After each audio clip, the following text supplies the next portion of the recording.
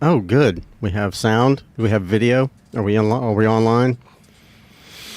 Welcome back, everyone, to the Graybeard Podcast. I'm Jim. Thank you for joining yet again. Today, my special guest is he's a good friend. We kind of work together. We ran in some circles together, and now we can't escape each other. We just keep running into each other. But I'm excited to bring you this young man. He's a budding barber, among other things, and we're going to get to talking about all those things. And but we're first gonna we're just gonna get to know him. But everybody, welcome Waldin Cruz. How you guys doing? Bring that thing right up to your mouth. There you go. You can move it around however you want. Okay, bet. Yeah, you just want to get it right up. Like, don't swallow it. But, you want it right up to your mouth because I want people to be able to hear you. Okay. Yeah, this is your first podcast. Don't be nervous. Yeah, the pressure is not on. No, dude, it's just us. We're just talking. We're just rapping. It's a pretty laid back type of thing. I know there's all this crap in here and stuff, but just focus here. I got you right. Look into your eyes, too. That's it. Look into my eyes. No, don't do that. That's weird. Okay, so how long ago did you start in the barbering business? So from initially, I graduated in 2016. Okay. And then from that, I went to Puerto Rico. Cheaper. A lot cheaper. The education? Yes. $20 a month. Really? I had a scholarship. It paid almost all of it, and I had to pay like just 20. And then it was a year program, but Maria hit. After Maria hit, I was out for almost 2 to 3 months. Mm-hmm. No power. It was a process. It was a hot mess. Yeah. Maria was horrible. Yeah. But you were there when it happened. Correct. Oh, shit. Yeah. I was there.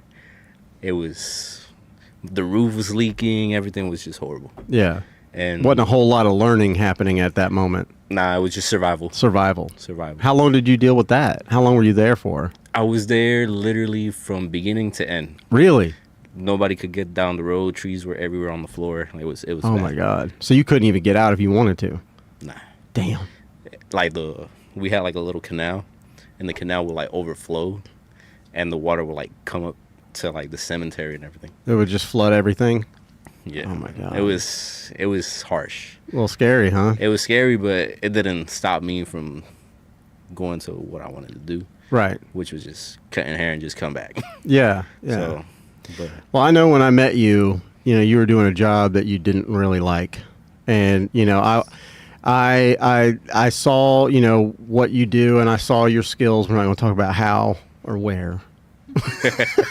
But I saw some of the work you did, and I was like, dude, you're good. Like, what the fuck are you doing working here? I think it's just fear, man. So I was very like scared to take that jump because a lot of people were like, oh, you got to be cautious because, you're not anything. It's not going to happen overnight. That's the first thing like I had to like put in my head.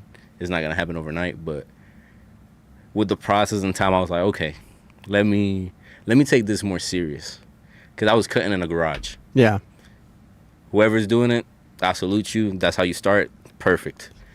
And it's like tattoos and tattoo artists and barbers. They cut in their home and they tattoo in their home right at first. Yeah, but it was very intense because like I didn't have lighting. And man, you're in the garage. It's kind of dark. Yeah. You need ring lights and this and that, and it's like, oh my God, it's expensive. So you got to invest in order to see the outcome. Right. So I started investing more time into this. And I was like, you know what? Let me work at a shop. I'm not going to say the name of the shop, but I appreciate the opportunity you gave me. I started there. It was slow. And I was like, all right. I went back to the house, started cutting in the garage again. And an opportunity came about where I was like working where I'm at now. And it was like, hey, man, we have a chair open. Come on in. Start next week. Mind you, I was like, I had only one clipper, one trimmer, one shaver. I had nothing prepared for a shop. I just had the essentials. Right. So I was like, okay, let's do this. I started there, and I've been there for almost 3 years now.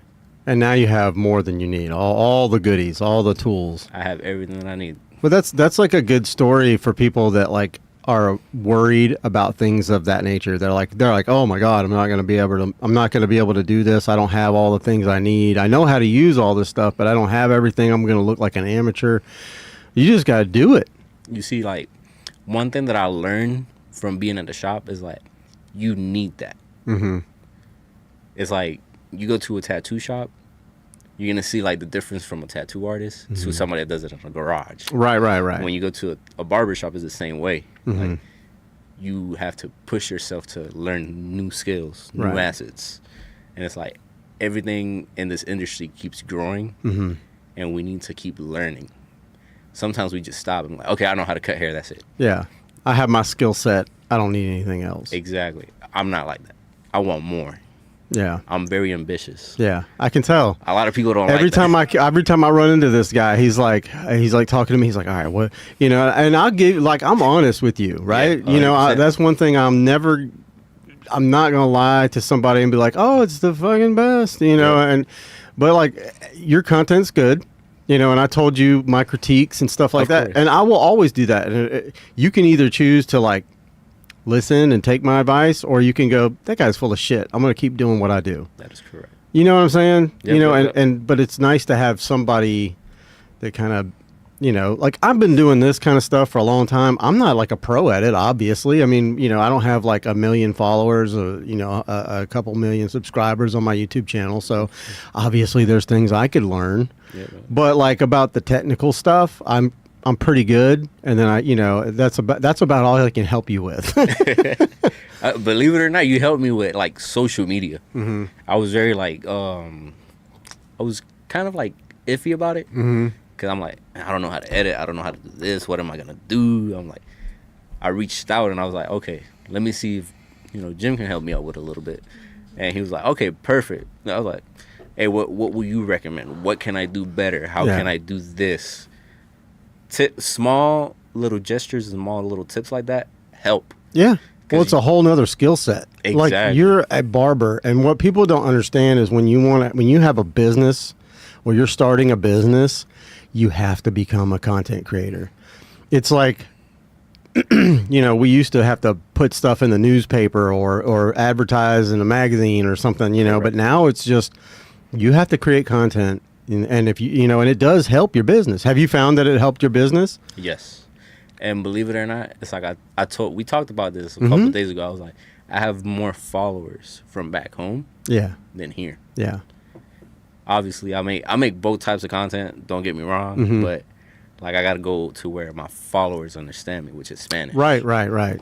But now I got to, like, if I want to gain more, I got to do both. Well, and if you're trying to grow business, the followers from where you're from, those are great people to support you. That's phenomenal. That's awesome. You definitely need that base. But like, if you're using this as a way to, like, generate business, then you might want to start focusing on the people that are in the surrounding areas, but I will say it is something different, and I told you that. It's like, your content is mainly, would you say it's like 90% Hispanic? Like, you do everything in Spanish? Let's go with 80%. 80%? 80%. Okay. But I mean, that's a pretty high number, but there are a lot of Spanish speaking people here in Florida and in Jacksonville and the surrounding areas. Correct. So, I mean, and everybody's hair continues to grow. So it's like it's not like it's not something that's going to go away. It's almost like healthcare. People continue to get sick. There's always going to be a need for healthcare and haircuts. I should have named this podcast episode "Haircuts and Healthcare." Oh man, talk about healthcare, anyways. Right. Well, I mean, there are other, and I think I put in the description of this that you specialize in specific clienteles. Correct. Not just that, but you do specialize. Like, you focus in on those types of things. That is correct. People, and I want to get into, like, I love your hat, and I already know that, you have an autistic son. I got two. Two. Okay. And so you have taken that and you're like so passionate about it because you love your children, and you'll do it. You want to do anything you can to make their lives as good as possible. So now it's like, hey, I'm a barber. Correct. I know that there's autistic children that need haircuts. So exactly. I know how, my kids, and you have like a special, it's a gift. It's almost like a special skill set to be able to, because not everybody can just handle those people or be able to understand what they need, you know? Yep. So talk about that a little bit. Like, what was I mean, other than, you know, I know your kids are the driving factor in that, but. So my biggest initiative was to make them feel secure. I feel like even us as parents, we don't have a lot of patience. Right. That includes myself. Don't get me wrong. But if a kid, or it's not even kids, even it could be adults in the spectrum as well. Right. Have this situation, they need to feel comfortable. Mm-hmm. Don't force it. It's like I tell people, like, as soon as I get a new client in, I try to, like, you know, get him to get a feel of his surroundings, Mm-hmm. even though it's not a haircut. And I'm gonna be honest with you, if it was for me, I wouldn't charge. Yeah. I wouldn't charge. I like doing this. It makes you feel good. This is my purpose. This is what I think. This is my purpose. I don't want to charge, but, you know, I gotta pay rent. I gotta do this. I gotta Yeah. do that. But I got a joy of seeing parents Mm-hmm. be like, man, he feels so comfortable with you. For me, like, that's the biggest thing I could, like, have or hear is that It's a good payoff. it's phenomenal. Yeah. Like, it brightens me and it makes me emotional to an extent. Yeah. Because, like, it's good to hear. Well, you know what the parents go through. Exactly. Because I've never had to raise an autistic child. You know, I don't understand all the ins and outs of it, and I don't know what a parent goes through to raise someone who has a special need that way. You know, so I think it's really cool that you have the patience in that realm. You know, because I mean, we all have. Our patience is thin with a lot of things, you know, but for that one thing, you give your heart and soul to it. Of course. It's like I took my son to get his haircut, and this is when I started, like, you know, getting more into it. Mm-hmm. And I was like, man, he's yelling. People will look at you like, oh, is he gonna calm him down? Mm-hmm. Something I can't control. Yeah. That's how he expresses himself. Right. Like, the biggest thing as a parent in this situation, especially mine, is to be able to hear my son talk and tell me, hey, I don't want to do this. I need to take a break. As a parent, that's very difficult. Yeah. But then it's like, I knew from that moment on, I was like, I can't keep doing this. Mm-hmm. It's gonna traumatize them, and a lot of people don't understand that. So I got my bad. You're okay, man. It's okay. It's okay. I get a little second. bit sentimental because it's difficult. Yeah, And I imagine. It's every really parent- close to home. Of course. And every parent that's out there, like, I did a video about this not too long ago. I was like, nobody understands what you go through, but you're doing a good job. Because what you may not see is what we see. Right. What we see, you may not see. Mm-hmm. So it's like, it hits. It's very deep. Yeah. A lot of people don't understand that, and it hurts. Yeah. Is there any kind of, like, special education for parents with, like, you know, like, how long, when did you find out that your children were autistic? At the age of 3. At the age of 3. And so I guess what I'm curious about is because, like, everybody when raising kids, there's like, everybody's a fucking expert. You know, they're like, oh, you got to make sure you turn their heads or they'll get lopsided. You know, there's all kinds of little things. But that's an extra element. Correct. You know, and there's no manual for raising children and teaching them to become, you know, human beings. But, like, with an autistic child, I know that adds an extra layer of, you know, I don't want to use the word difficulty, but, like, challenge. Correct. And is there any resources out there for parents, you know, to learn how to navigate that realm? So yes and no. Okay. Because a lot of the things that you know is basically... No, you don't have to come up to it. Just bring it to you. So there is and there's not, because a lot of the times, like, we go based on what the doctors say. Okay. I don't. Yeah. I go more in depth. Like, I have my book back there and everything. Like, I have notes of, like, autism 1, autism 2, and autism 3. Mm-hmm. There's different levels. There's different ways of managing each kid. Okay. So autism 1 is like, they don't need a lot of support, but socially interacting, they're not the best. Okay. Autism 2, they need support. What does that mean? Prepare them their toothbrush. You know, fix them their plate.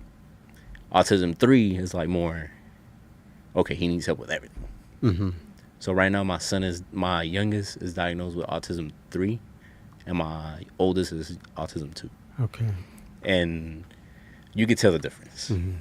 So it's very intriguing, very nice to know that there's people out there that really want to help you out. Right. Because this whole barber thing that I'm doing, I'm not doing it alone. Because I have like a mentor in Puerto Rico that's helping me. His name is Noni, the original barber. He's very Shout popular. out. Yeah. Very popular. And he's like, hey, do this. Try this.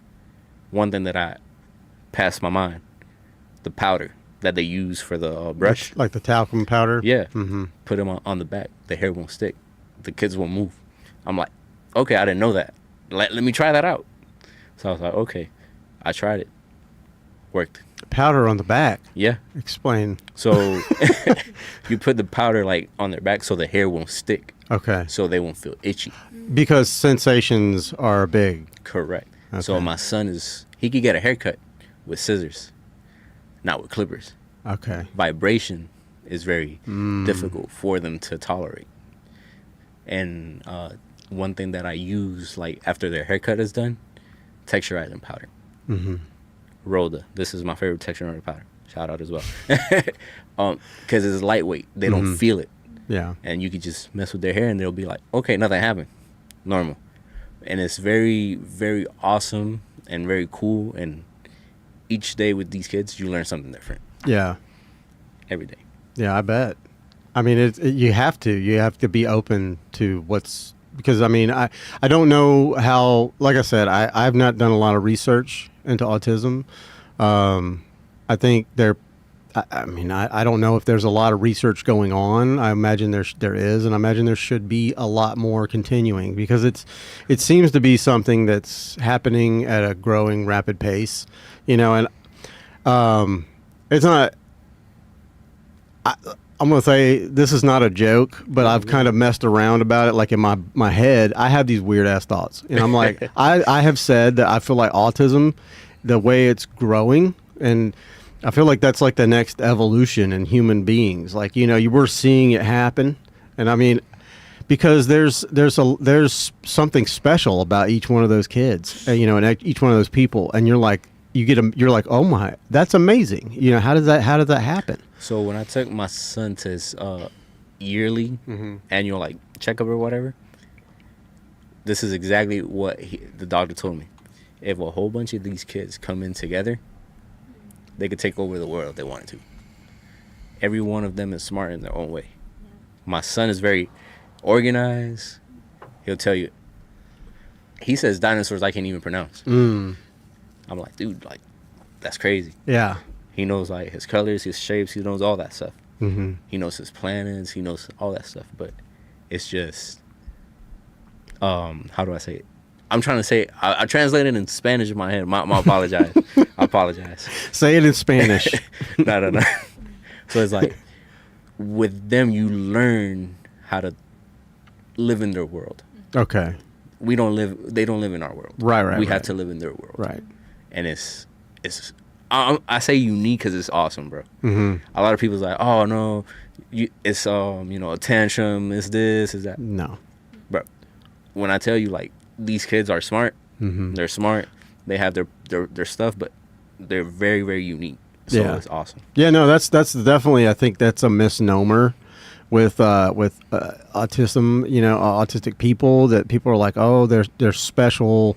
There's that's the word that people use. Correct. When somebody's like maybe mentally challenged or what have you. I don't know what the damn terms are anymore for a lot of these things, because it's like if you say one thing, you're going to get canceled, and it's like, well, I thought that was the word like 2 years ago. That's But no, but.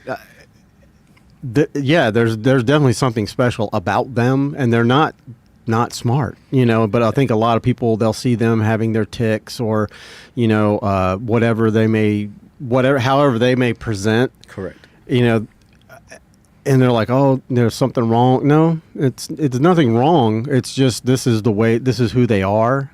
But if you get to know them, you will see that I think they see the world in like a different way. Correct.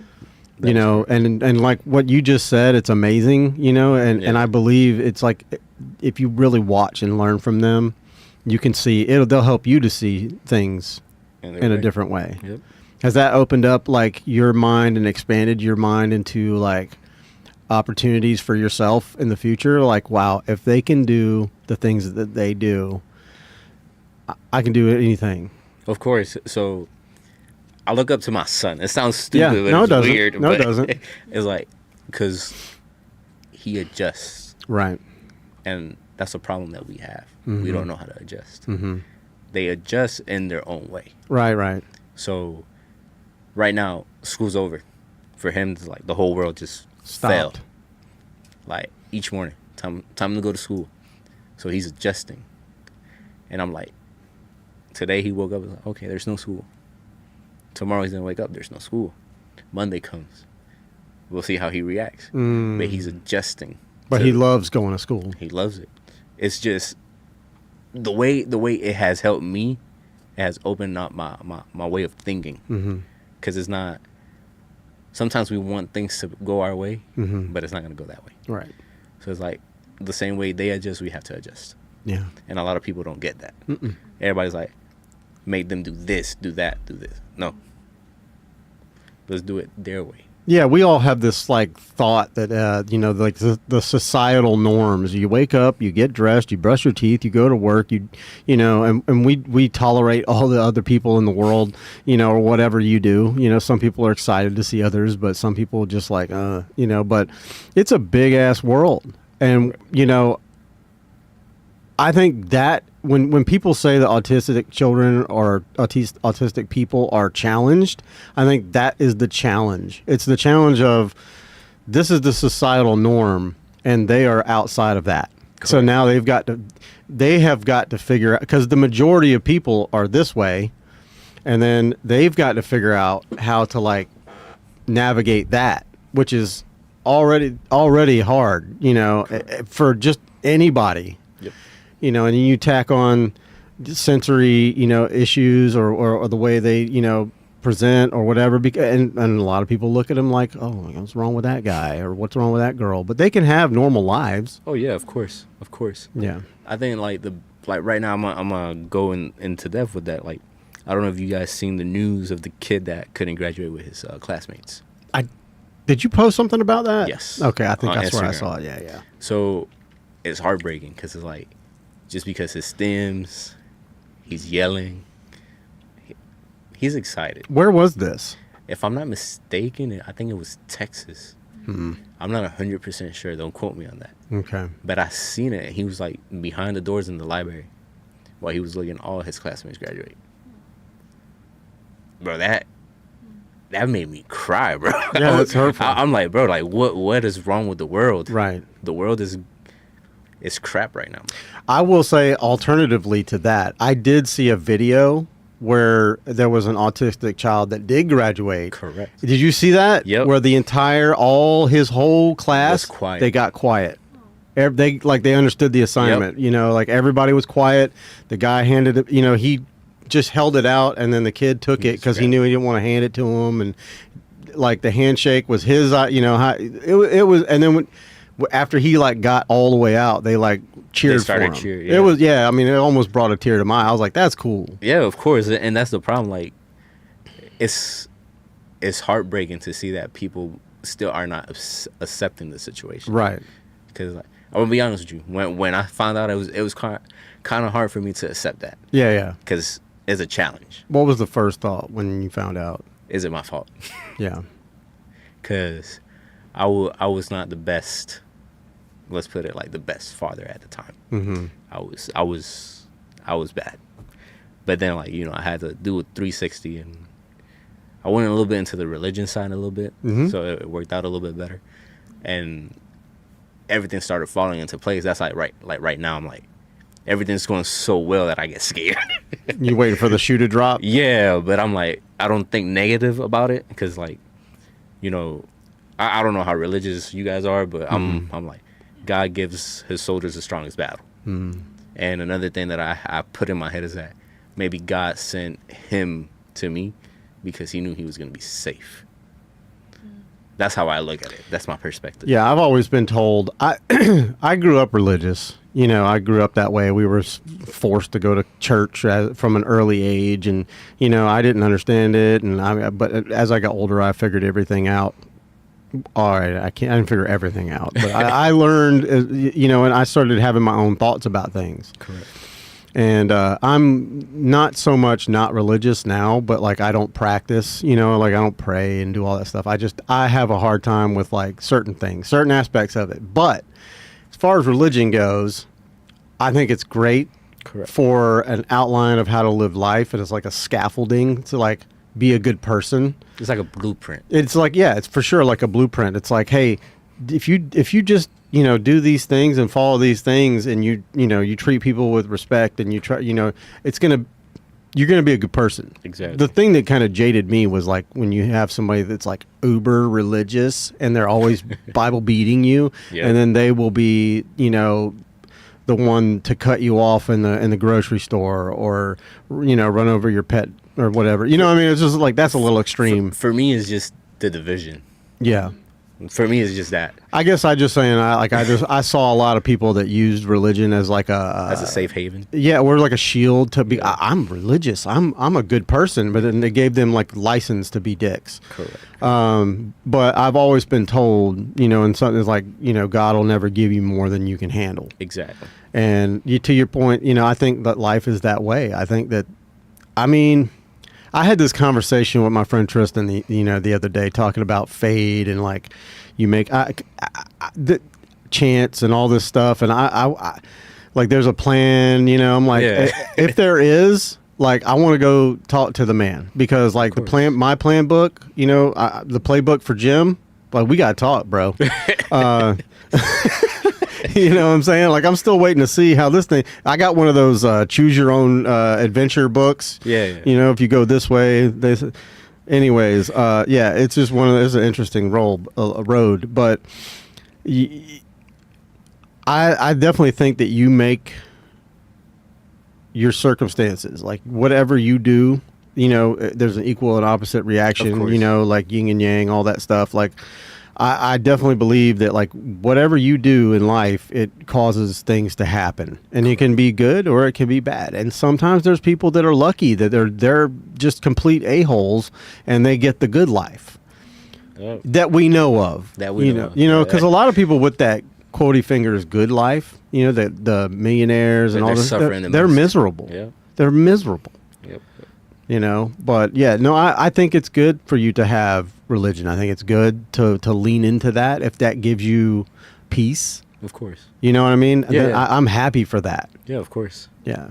Yeah, I think it was much needed for me. Yeah. Mostly for me. I don't know about everybody else in my surroundings, but after I did that jump, I was like, let me cut people off. Let me focus on my career. Let me focus on my goals. And so far, I have a family that has been very supportive. Oh, that's awesome. It's been great. That's like probably the hardest part is like when you're trying to make something happen and trying to be a better person and do good things. And it's like the people that love you, that are the closest to you, if they don't support you, whew, that hurts. Of course. Yes, it does. It does a lot. Yeah. That's another story. But I think like because of that, I've been able to like focus a little bit more on myself and what I'm trying to like show the world that this right here could represent. You get what I'm saying? Because the whole message for me is just this. Yeah. To make a movement. I don't care about the money. I'm gonna be honest with you guys. I don't care about the money.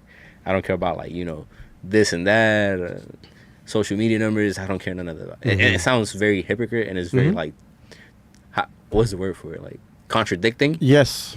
But at the same time, it's like, we need social media to succeed at the end of the day. But for me, it's just seeing these kids be happy, seeing their parents be happy, seeing somebody that gets them. I'm like, that for me is my payment. I imagine that's like that's the thing that keeps popping up in my head is the parents that bring their child to you.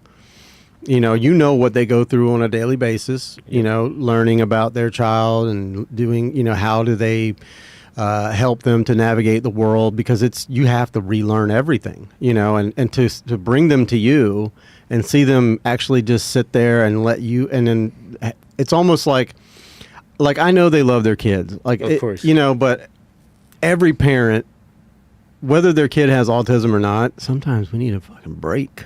I'm gonna tell you this, though. Parents, they love you guys, but they love me more. I'm gonna tell you that now, because I could bet you $100 when they come to the shop, they don't want to leave. That's good. And it has happened. It has happened. I had a kid last week come in, normal kid, crying. Oh, I don't want to get a haircut. This and that. 5 minutes. Oh, what you want to watch? Let's watch TV. Oh, wow. Well, started cutting his hair, moving. Okay, moving again. I was like, okay, here we go. He's moving again. I was like, hey man, you need to relax, because now you're gonna be bald. I tell them just like that. They'll be like, you're not gonna have hair. And he's like, okay. So after that is like they start, because you got. I feel like you don't have to treat them in a special way. No, treat them normally. Yeah. I hate when people do that. Oh no, he has this. No, you need to stop. Right. Because that's creating insecurity. Don't do that. Just be normal. All right, come on. You fell. All right, come on. Get back up. Clean your knees. Oh, this happened. Okay, whatever. Come on. Be normal. I'm so. My son's mother gets mad at me because I'm very honest. I'm like, you need to stop feeding him. Don't do that. He can feed himself. He's 6 years old. You need to relax. Yeah. And she's like, oh no, but he's mommy's baby. Yeah. I understand he's mommy's baby, but he needs to be independent. Right. I feel like this is the problem that we have as parents. Not all of us. Yeah. Some of us. Some. Let me rephrase that. Is that our kids depend of us too much. Right. And we can't do that. That's some helicopter parents. But it's like I tell, how about if I don't make it tomorrow? What's gonna happen? And she's like, oh, you gotta be so negative. I'm like, I'm just being honest. You have to think about these things as a parent. Before I was a parent, I thought I was invincible. I thought I would live forever and that nothing ever bad would happen to me. Yep. And when I had children, it was like I started having to think oh shit, I could get sick. I mean, I got hurt. I got in a car accident. I was laid up for a month, and that was another eye opener. I was like, damn, if I get hurt, too bad, So yeah, you have to make concessions to think about your children's future, and that's the role of a parent. Of course, is to teach them about how to live life and how to be independent. So that when they do get out there in the world, they're not like, oh shit. What's going on? Yeah, this is a huge world. I wasn't prepared for this. Yep. See, my son got to that point, he wants to be independent now. So I'm like, okay, that's good. He got a taste of it. But I'm like, bro, okay, you need to calm down. Now he wants to wash dishes. Because I'm very OCD. I clean a lot, so he sees me doing that, and he's like, he wants to mimic everything.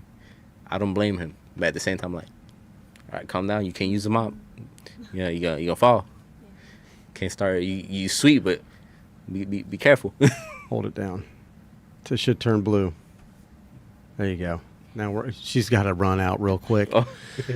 That was why I was looking at. Normally I don't look at my phone, but she's lucky I had it turned up. No, yeah, that's just one of those things. It's I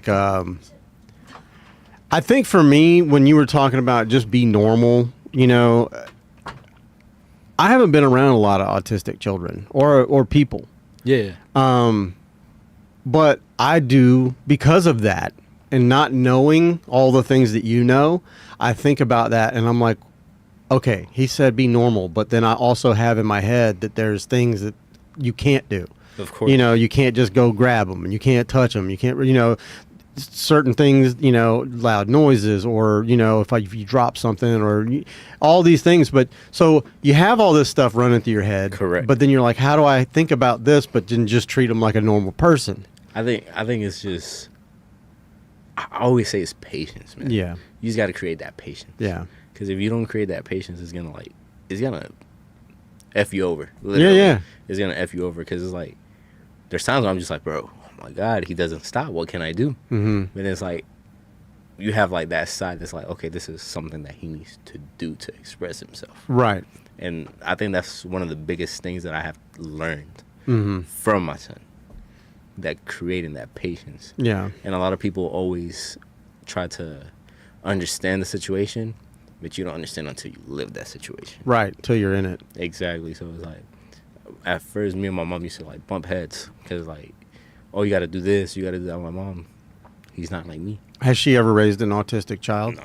Okay. No, I mean no disrespect. So, sometimes I feel like I'm autistic, but that's a different story. Yeah. Because I feel like I do have certain things that autistic children do have, or autistic adults have, but well, that she says I'm not. But yeah, that leads me to I've always wanted, like, I've thought about asking you this, when we bump into each other, but it's like there's, and I'm not sure if you even know about this. You probably do, but there's like this new trend where people are like self-diagnosing themselves as autistic. And they're, you're like, wait, what, really? Like, they joke to me.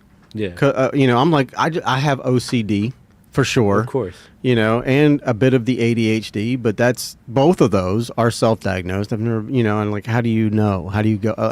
I don't know if there's a test for that. Yes. But it's a weird thing because, like, I've met people at work and out in public, and they're like, no, and you've known them for months and years, and you're like, they go, yeah, I'm autistic, and you're like, wait, what? So there is test. I had to go to Orlando to get my test to see like if anybody in the family, like mom, dad, or the baby, like had autism. Everything came out negative, quote unquote. Is it like a genetic test? Yeah. Okay. So I was like, quote unquote. I don't believe it because I was like, you call me, but I need to see the evidence. Right. You get what I'm saying? Correct. So and the problem is that the numbers of autism are so high. I don't know if it's something that they're just trying to like, try to fluctuate, make the numbers go down. Because right now, I don't know if you've seen the map. My home is the second largest numbers of autism children. Really? Puerto Rico is the second largest. Huh. Mexico, if I'm not mistaken, is number 1. That's interesting. Yep. Is there any like thought of to why? They still trying to figure out, because at the end of the day, nobody knows where this comes from. Right. Yeah, everybody's like, and right now, I go into the rabbit hole. Yeah. Like the way they treated autistic children before we were even here, it was horrible. Yeah. Compared to now, they're in a safe haven. Yeah. But people understand, they're educated more about it. Not everybody. I think it needs to be more education. Of course. And that's the problem. Like, people are not willing to learn. They're willing to criticize, but not learn. Yeah. That Spanish almost came out. My bad. That's okay. Hey, listen, if you got to pop off, go ahead. I'm like, Jesus.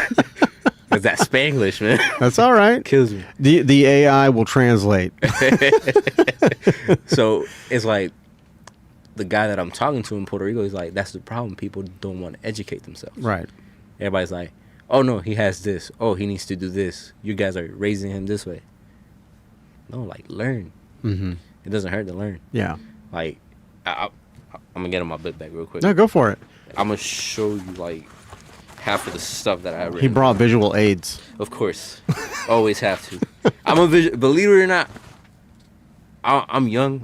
I'm about to be 28 on Tuesday. Okay. Hey, But happy birthday. Thank you. I hate technology. Yes. I hate it. Yeah. I'm very old, so I got to write everything down. So. Oh, nice handwriting, too. That's horrible. Whatever. If you saw my chicken scratch. So, like, this is, like, autism, like, movement seeking, like, the stuff that you got to see. It says right here, like, for example, constant movement is, like, constant movement, Jumping on everything and anything and everything, running around, visual seeking, staring at light movement, watching objects spin, looking at objects closely. So is this is something that you wrote down from like experience, or is this something that you like read and then wrote it down so you could memorize it? I read it because I'm trying to teach that. Okay. Because a lot of people, when they come into the industry of cutting hair, like you say, basics. Right. You have to learn how to take in every type of client. To me, this is my specialty. This is what I want to do. This is what I want to keep doing. Making sure that autistic kids are able to get their haircuts. Right. So I wrote everything down, and then from my experience, I got another notebook, but it's not gonna fit there. It's like you see, you have like okay, so you have like the things that they do, and then like how to counter. Okay, so like constant movement, support, make feel comfortable, jumping, explain with patient, jump with them. I like that. That's Exactly. cool. Visual seeking, staring at light movement, bubbles help. Correct. Really? Believe it or not, water is a pro and a con for autistic children. Okay. I'm gonna explain why. Because sensation. So, when you get in the water, you feel that pressure. Mm-hmm. So that pressure helps them like feel a hug. comfortable. Yeah, exactly. Mm-hmm. But at the same time, it's very dangerous because 1 out of 10 deaths of autistic children is drowning. So it's like it's a double sided sword. Catch-22, yeah. So it's like you got to be careful with that. A lot of people are like, okay. A lot of people are now offering like swimming classes to them because of that reason. Right. Because there's been a lot of the death that has been for autistic children has been drowning In water. and it's sad, but it's reality. Yeah. And Like you can't be leaving them in the bathtub by themselves. I mean, not that you can, but don't be like super like fill the tub all the way up. Right. Because I leave my son in the bathtub. Yeah. And he knows, you know what I mean? But for example, like when we go to the pool, All eyes. where I gotta run left, right, I'm already out of shape, man. You better get with it. I'm telling you, man. I'm trying to get it, and this is some of the stuff that I have because like, look, everything here is like level 1, like challenges, the strat, like alternatives. Wow, you really doing your research. Bro. And this is just a couple I days. love the passion there. Bro, it's like everything. This is just other stuff. But for me, it's just if I could be able to teach other people certain things or give them tips, it helps. Yeah. Especially like in this industry because everybody just worries about themselves. Yeah. Nobody ever wants to help. Well, I've seen some like barbers like dealing with or like trying to give haircuts to like there's videos Of course. and I get nervous because I'm like because like you said when you said like I think you said your son he only likes the scissors but you Correct. can't do them scissors are sharp. Yes. And sometimes they make movements that you can't predict. Correct. That would be the scariest part for me. Of course. And a lot of these parents, like, they try to do it at home, and it's fine. I don't have an issue with them doing that because it teaches them how to be, like, something Handle. routine. Yeah. It's like a routine for them. Right. Like, I got to right, get a haircut. Right. And there's clippers that are coming in that is for that. Really? Some have, like, vacuums in it so they can suck the hair out. Okay. Some are, like, super quiet. Yeah. Obviously, you're not going to get, like, a fade in there. Or Right, You know right. what I mean? But you could get them cut. Right. And that's like the primary goal, just to get them cut. Yeah. And a lot of things that I learned was just the quieter the clipper, the better. Right. And believe it or not, I still got cordless clippers because they're quieter. Really? These Interesting. battery powered clippers, they're loud. A lot of people are like, oh no, I think one brand that's not loud is JRL. It's like a Oh, I have no idea. so it's You're like, speaking Greek to me. I don't know. So JR is a company that's like specializes like with like super quiet clippers. Like this special, don't quote me on that because I don't have a pair, so I'm just going based off what I was told. And bro, they're super quiet. And I tried. I'm like, oh, it's cool, but man, y'all got to bring these prices down. Yeah. Because we make money, but it's not a lot. Yeah. I mean, do you know if there are any companies that are like? Because I mean, it's definitely something like I've seen a lot more of on social media, like that type of stuff, like people talking about like barbers, Correct. And autism and like dealing with the kids and everything. And so I wonder if like these companies that make the equipment, the tools of your trade, like if they think about these things and like, are there anybody that's like forward thinking about, because you can use it on anybody, but you still, if they were like, you can use it on anybody, but we really had the autistic people in mind. Correct. So from my knowledge, no. Like I said, I'm not 100% sure on that. I'm still doing my research. I'm still learning. But a lot of the people that I have talked to have always say JRLs are the best clippers to go. But mind you, like you this is how I look at it. It's an investment. Don't get me wrong. But it's a costly investment. Sure. And it's like I tell people, like you guys gotta understand. Like sometimes you gotta fluctuate, get some sales every once in a while so we can get them.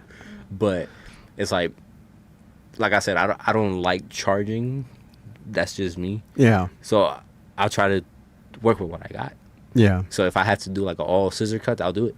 Mm-hmm. I don't care if it takes me too long. As long as the kid feels comfortable, I'm okay. Well, that's true. And you may get to that point in your life one day when you have your own shop and you've got 25 people working for you and you don't have to charge and you can just be happy and do haircuts for people. But right now, man, you got to pay them bills, son. Of course. And I think people understand that. Yeah. I would hope that people understand that. You know, I mean, again, going back to like the parents of the kids, you know, when they bring them to you and they see how you treat them and how they get along with you, man, I'd empty my wallet. Yep. You know what I'm saying? Like it's priceless. A lot of that interaction, sometimes just going out into public, I'm sure is a challenge to some people. Of course. And then on top of that, you're getting a haircut. Like, this a little bit of danger town. Yep. You know what I'm saying? It's like too much overstimulate the right kid. And it's not even kids, man. It's like adults. Yeah, there's adults. I feel like I'm not 100% sure if he was like autistic or if he had Down syndrome. Because he looked pretty normal until his mom was like, oh yeah, he has both. I was like, oh, okay, cool. Like, normal, but like you could tell when a kid has Down syndrome, don't get me wrong, but like this kid looked normal. And she's like, this is the first time he's letting somebody cut his hair and he's so calm. Wow. Because he's like, I'm like, sometimes you got to talk to them like me and you are talking right now. Man, how's your day going? What you going to do when you get out of here? You going to eat? Oh, cool. You know what I mean? Like, create that bond. And that's why I say, like, for me, it's just creating that bond and just be able to make sure he feels good. Yeah. And ever since Trust. That, every time he comes in, how you doing? All right, I want this. Because now he's learning how to ask for his own haircut. I'm like, okay, cool, perfect. Like, what you want to do? Oh, let's do this. Last time he's like, oh, give me like no hair here, no hair on the sides, and scissors on top. Oh, he's learning all about. Okay. I'm like, where are you learning this from? TikTok. Yeah, but it's nice, man. It's nice. No, that's good. That's really good. What is this hat you have? You said that they gave you one of those. Yes. So this hat is from a buddy of mine's in California. He started a foundation because of his son. It's like a foundation slash small business. Yeah. Well, let's talk about it a little bit. Push us to, with one hat at a time, we could start a conversation. Oh, autism club. What is that? Or hey, I have a son that's autistic. You know what I mean? This whole conversation started because I followed this man on Instagram. And I contacted him like, hey, how much are your hats? I'm interested. Mind you, he sells out very fast. Telling you that now. And he's like, yeah, man, like I started off with one hat. And now he's full of hats, bro. Like right now he's coming out with a tan one with like that little camo stuff that people use now in pants. And it, bro, phenomenal. Like, so what does he do with his foundation? He tries to spread it. Oh, my bad. That's what happens when you open TikTok. Yeah. He tries to spread more awareness and like give to the community that is working with these kids. Okay. Because a lot of the times we don't see that. Right. And that's something I'm gonna start doing too. Like, I want y'all to stay tuned because hopefully I'm gonna start a day for autism kids to come and get their haircuts for free. Oh, nice. Obviously, there's gonna be like, you know, little drinks, food, and bounce house. Hopefully, I'm just hoping everything falls into place. Yeah. But well, we can talk, man. Might be able to help you with some of that stuff. And like his business is I'm gonna show you guys the business real quick. No, just tell. Is it on Instagram? Yes. She can Google it, or so she it's can look it called up on Instagram. autismsdadclub.co. Guy is very genuine. Like, you could text him. He'll be like, hey man, like, he has a son. He has helped me. Like, hey, try to do this. Try to do this with your son. It'll help more. Or try to, it's all about just creating a good community to help each other out. That's how he looks at it. autismdadclub.co. Yeah. Is that his handle on Instagram? Yes. Okay. She got it. There it goes. Follow it. So, like, you can see like all the merch that he's about to drop and everything's phenomenal. Like, he's even texting me like, hey man, you got me some new clients and everything like that. If you scroll down, I'm gonna show you. This is his first hat. Oh, isn't it? That was the first hat he ever created. And simple, but it creates conversation. Yeah, like, what is that? Yeah, like, like, and it doesn't say just dad. It also says mom. So it's not just yeah, for, yeah, you know yeah, what I mean? yeah. It's not just autism. And if it's something that it's not for just 1 month, because autism awareness is only on April. Something you could shout out every day. Go up. Click on more. More. Okay, join the movement. Yeah, click that. I want to see where that takes us. I imagine it's his homepage. Yeah. Empowering minds, one hat at a time. I was just trying to find out more about it, like if there was any kind of like writing or See, I forgot to bring some stickers. I would have brought you guys some stickers. Oh. He gives me a whole bunch. Okay. So next time I see y'all, I'll bring you one. Yeah, because people bring stuff to me, and I usually just pile it over here, and then like stickers. I mean, my last computer, I had stickers all the way across the back of it from people that would bring stickers. Yeah, of course. But yeah, no, that's really cool, man, and I'm glad that you're doing that, and kind of like, I don't know if he's talked about like starting like one of the like a chapter in different states or whatever, but maybe so. We're in the process. Okay. I don't want to say too much because we're still talking. Yeah. And another thing is that I am gonna be joining a barber league that's from Puerto Rico, and I'm gonna be the first Florida representative. And that barber league is created by the guy that's doing the autism stuff in Puerto Rico. Okay, your mentor? Yes. Okay, cool. And he's saying like, we got our eye on you. So be cautious. I'm like, oh, shoot. So it's going to be, I'm trying to see if that works out as well, because he knows much more than I do. Much more. That's why I'm like, he's another reason I got motivated to keep pushing for more. And it's so far as, like I said, everything's going so far well that I'm just like, okay, when am I going to fall? Yeah. No, I mean, and that's understandable, dude. I get that. But like, I think what the appeal to you is that you have, you're a good barber. That's like one. Couple that with you have an extra skill set that they, a lot of barbers maybe don't have. Right. And dealing with, or being able to work with autistic people, children, adults, what have you. Plus you're bilingual. That does help. Oh yeah, of course. In this day and age, man. I mean, not everybody speaks English. I'm an old leftover hangover from like old days. Like I'm ancient. I'm from the 1900s. So like I tried to learn Spanish and I'm just too stupid. Nah, man. If I told you how I learned how to speak English, you would not believe me, bro. It wasn't your first language. No. When did you come here? At the age of 9. Okay. From Puerto Rico. Straight from the boat. Nice. So I learned with a song, and it goes, pollito, chicken, gallina, hen, lápiz, pencil, and pluma, pen. And then from that, I was like, okay, I got this.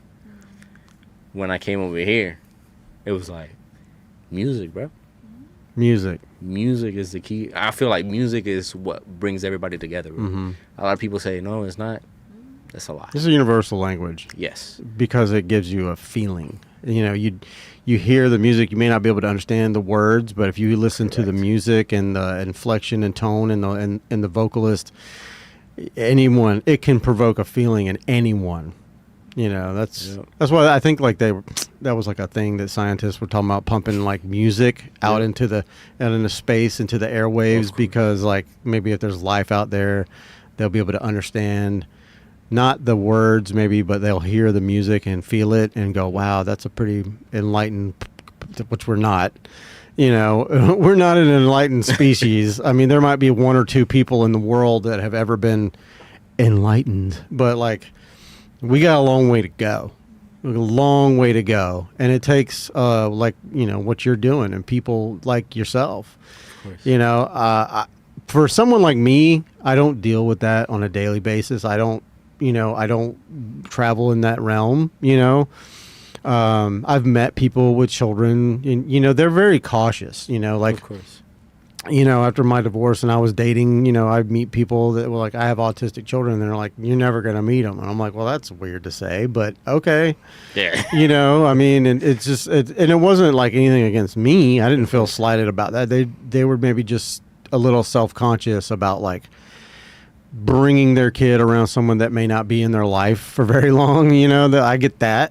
Correct. Also that, you know, and I was always hoping that it was not like, don't be embarrassed of your child, you know, because I get it. You know, I'm pretty patient, especially with kids, you know, except for that one. Is your youngest? That's my youngest. Yeah, Oh, yeah. man. I had her and my oldest on last week. It was pretty fun. I sat over there and they were here and we just cut up and bullshitted and Oh, that's awesome. for like 2 hours. I was surprised. I'm but- gonna be honest with you, bro. Like, I do this, like, cutting my, but if you guys do content, yeah. I like going into conspiracy theories. Like, bro. What's your favorite? My favorite? Mm-hmm. All right. JFK, aliens, Bigfoot. So, giants. Ah. Yep. Okay. Why do I say giants? Mm. I still pyramids, bro. For Yeah. me, how are these pyramids built? That's We the kind of first one. tapped into that a little bit the other day. So I was like, okay, this doesn't make sense. And then like, there's caves that are like super tall and it's underground. Like, what would you do underground? Yeah. And then you see some of these mountains and the way they're shaped, they look like laying down giants, bro. Mhm. And I'm like, let me not get into that too much. Well, that was what did they call that? The Nephilim, I believe that was they were the giants. It was like there's like a hypothesis. It's all theories. It's Of all course. just like people are like, whether it's a conspiracy or not, it's just a theory that people had. They're, you know, but I guess it was brought about by like, you know, maybe religious text or whatever. course. But they were like, angels lay with humans. They made they made the Nephilim, or what have you, and they were the giants. I think that's what that was. that but, one and time travel. time travel. Because how these hieroglyphics, that's how you say it, right? Mhm. All right. How these hieroglyphics, Jesus Christ. AI will translate. There you go. Like, they be showing like flying cars, like phones and stuff. I'm like, bro, how? Like, it doesn't make sense. That's why I've always said when people talk about aliens, I'm like, we are the aliens. Oh, yeah. I definitely think that it's a lot of time travel. I think with some, but there's theories about time travel, and it's not like movie, you know, the movie shit. Movie BS. Right, but something I heard, and and it kind of like takes the romantic. It takes the romantic away from me with the time travel, because time travel to me is like very romantic. It's like you can go back, you can go back anywhere. I want to go back to I just want to be able to see what it was like to be around dinosaurs. I want to see what happened. You know, how did those damn pyramids get built? Like I want to watch that process. Yeah. You know, but somebody said that, you know, if and when time travel ever does become invented, from that moment on, you will only be able to go forward and back to that exact moment.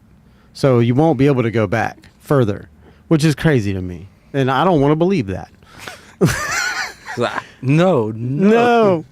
But yeah, you're right. I mean, you see some of these hieroglyphics and you know, all these things that they're finding, and it's like you see like they look like astronauts. They have like helmets, and Yep. they're carrying a briefcase. And if you ever saw like the first, like Buzz Aldrin, and then when they're Oh, yeah. walking down the pike, they have a suitcase. It's their like, it's like attached to their suit. Exactly. And I'm like, maybe that's, And I'm gonna give you another one. oh, dude, we can go all day, son. I'm gonna give you this last one. I'm gonna give you one more. Mm-hmm. Moon landing. I don't believe the moon landing was ever real. You don't think we went, or you don't think that the footage was real? I don't think the footage was real. Why? Bro, there's no wind in the moon, bro. Yeah. Like, why is the flag moving? There's no wind. Come on now. Like, So there's a lot of things that people point out, like their shoes. Yeah. Like you see the first boot print on the moon, quote unquote. and it's like lines, it's like ridged. But then when you see them walking on the video, it looks like a smooth, like a, like one of those slippery shoes that businessmen wear. oh, like a chancla. Yeah, like a chunkla. But like my theory is that we may have gone, but if anybody that knows anything about like film, Yeah. and back then everything was filmed, there was nothing digital. Okay, you can't take that shit into outer space. That's true. Okay, if I take a roll of film and put it in my luggage and they run it under that little X-ray machine, it's ruined. Exactly.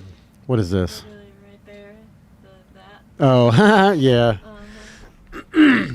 Well, that's also, people post stuff and I don't always believe everything I see. That's true. That was the, Yeah, to your point. Yeah. There you go. It's definitely something people talk about. Oh yeah, definitely. But like, but for me, it was just like, they may have gone, but there's no way possible that they could film that. Of course. Okay, first of all, how did they film that thing floating down to the moon? Because there's footage of it, like the whatever they call that little pod that they're in. Yeah. And then someone had to go out first, and they're filming Buzz Aldrin come out of the thing and say one small step for man and one small step for one giant leap for mankind. And what kind of mics were they using? Right, right. Yeah, there's all sorts of like, there's like a video of like one of them fell down. Oh yeah. And then he popped right back up all of a sudden, like he was somebody pulled him up with a string. Oh, yeah. But like I said, I don't think they had the capability to film those things back then. So I really feel like they had to do it in a sound stage. Definitely. You know what I'm saying? And that's just my personal opinion. I'm not saying that that's true, but what about this latest one that they just went around the moon? My question is, how is it possible that you went to the moon back And we in the haven't days, gone back and we haven't since. gone since? Yeah. And we have everything evolved, I guess you could call it, Yeah. to be able to do Technology's way better it. now. Exactly. I'm like, it doesn't make sense. Yeah. Well, I think that's why, Excuse old Elon wanted to have that happen, Of course. And like I was talking to my girlfriend about this earlier. Was it her or you? I think it was her. We were talking about, because she didn't know that Elon was like basically working, in tandem with NASA. Of course. If it wasn't for him, NASA was going to get shut down Yep. because of his programs and his machinery and his technology that he's building and creating. They are now able to get back in the game with the whole space exploration, Yep. and something a lot of people don't know, is that if it wasn't for him, it probably wouldn't be non-existent, Yeah, definitely. And in this world we live in, every country wants to be they want to be first at everything. And, for some reason, America just got it. We're like, no. We got this. We're going to be first. And I think that was a lot of the reason, the motivation behind creating those videos that were like moon landing videos and things of that nature. And like I said, we may have gone, but we had to show evidence that we went. And I think that at the time it was the space race. Russia was trying to get there first. China was trying to get there first. And so we scooped everybody, whether we went or not. We said we did, and here's some footage, so it was like proof positive, and everybody was just like, shucks. Yeah, definitely. We missed the boat. America scooped us. They got it first. That sounds about right, though. That sounds about right. Yeah, we're like that overachieving child, that wants to be first at everything. And then we're like this The late cousin. Yeah. Yeah. Well, on From everything America. else. From America, yeah. Yeah. I think we're worried about the wrong thing in America. I think we're, and I say I'm talking about our leadership. They think about the wrong thing. We saw that with the last, administration. I'm not saying that they were bad, but I'm definitely not saying they're good. I'm not saying this one's good or bad. Of course. The before I get political, because I don't want to do that. But my thoughts and feelings on like anything political, whether we get a different president or not, whether it's my whole life there's been conversations around when there's been elections. You have some people that like support that president and they're like, cool, I like that guy. And then there's been people that were like, I don't like that guy, but I've never seen the amount of hatred and like dissent about one person ever in my entire life until now. And, hopefully one day we'll be able to put all this behind us. Obviously it's going to be a part of history. You can't change it. But my thoughts and feelings are always, whether it's someone that we believe is good or someone that we believe is bad, my hopes and feelings are that whoever's in there is going to do the best job that they can possibly do with us in mind, because they are there to serve us. And I think that's the thing that gets lost on the people that are up there, because there's so much money in politics, insider trading, like, oh, I know this law is about to be passed and that's going to affect these businesses in a really good way, so I'm going to buy into their stocks. Like, bro, if your salary is $150,000 or $175,000 a year, how are you worth $4 billion? How the hell is that even possible? Oh, I'm just really good at trading. Seems illegal. Martha Stewart was put away for that. I'm going to give you one person, political-wise, that I respect 100%. You guys know El Salvador, right? Mm-hmm. Their president. Who's that? N. Bukele. See, I don't really pay attention to a lot. He has changed El Salvador. He did like a 360, dude. 180. No, 360. 360 would put them right back to where they were. Well, you're right. 180. Let me rephrase that. So 180, like, he took all the criminals out. He built the biggest penitentiary ever to put all gang members in there. Like, El Salvador right now is doing fantastic, bro. I've heard of this. I think I've heard of this. Aren't we exporting prisoners to there to put into their huge prison that they built? He's only taking in his people. Okay. Because he wants it to be everybody. I can't even talk. Jesus Christ. Yeah. He wants them to each country to be responsible like for their own is. people. Yeah. Man, like that man has done something. He put people from the different gangs in one cell. Like, they get like 3 meals a day. They don't go out. They stay in their cell. Yeah. Their cells are like humongous, bro. It's intense. Look at the documentary. I'll have to check it out. Oh, there's a doc on it? Is it on Netflix? No, YouTube. YouTube. Okay. Bro, when I seen him, like, he has taken people out the office that were corrupted. That's the hard part. Oh, no, he don't care. Yeah. He said, I don't care. You can love me. You can hate me. You're going to get out. So is he kind of a dictator or like... So he's a socialist. I don't know. I think he's like the president over there. Like, yeah. But I don't know if it's like a dictatorship or not. I think it is. Yeah. But I'm not. Sometimes those things can, and like before I get dragged on the internet, because I don't believe in communism. I don't believe in socialism. I think that I think that this experiment in America is by far the best situation in the world, because where else in the world can we do this? Correct. Can we say live on the internet our own thoughts and feelings about things? You go to some countries and you will be hanged for you could walk down the street and say something and you're done. You're going to prison, or they're going to shoot your ass. I mean, whatever the case may be. We just seen an example at the beginning of the year. Yeah. But I know that there have been situations where, maybe the dictatorship was going a little hard, and we're like, of course, we're like the world police, which I don't really care for, but somebody's got to kind of keep people in check. And when that happens, usually the people are like excited. They're like, thank you for getting rid of this fucking piece of trash. He's making our life a living hell.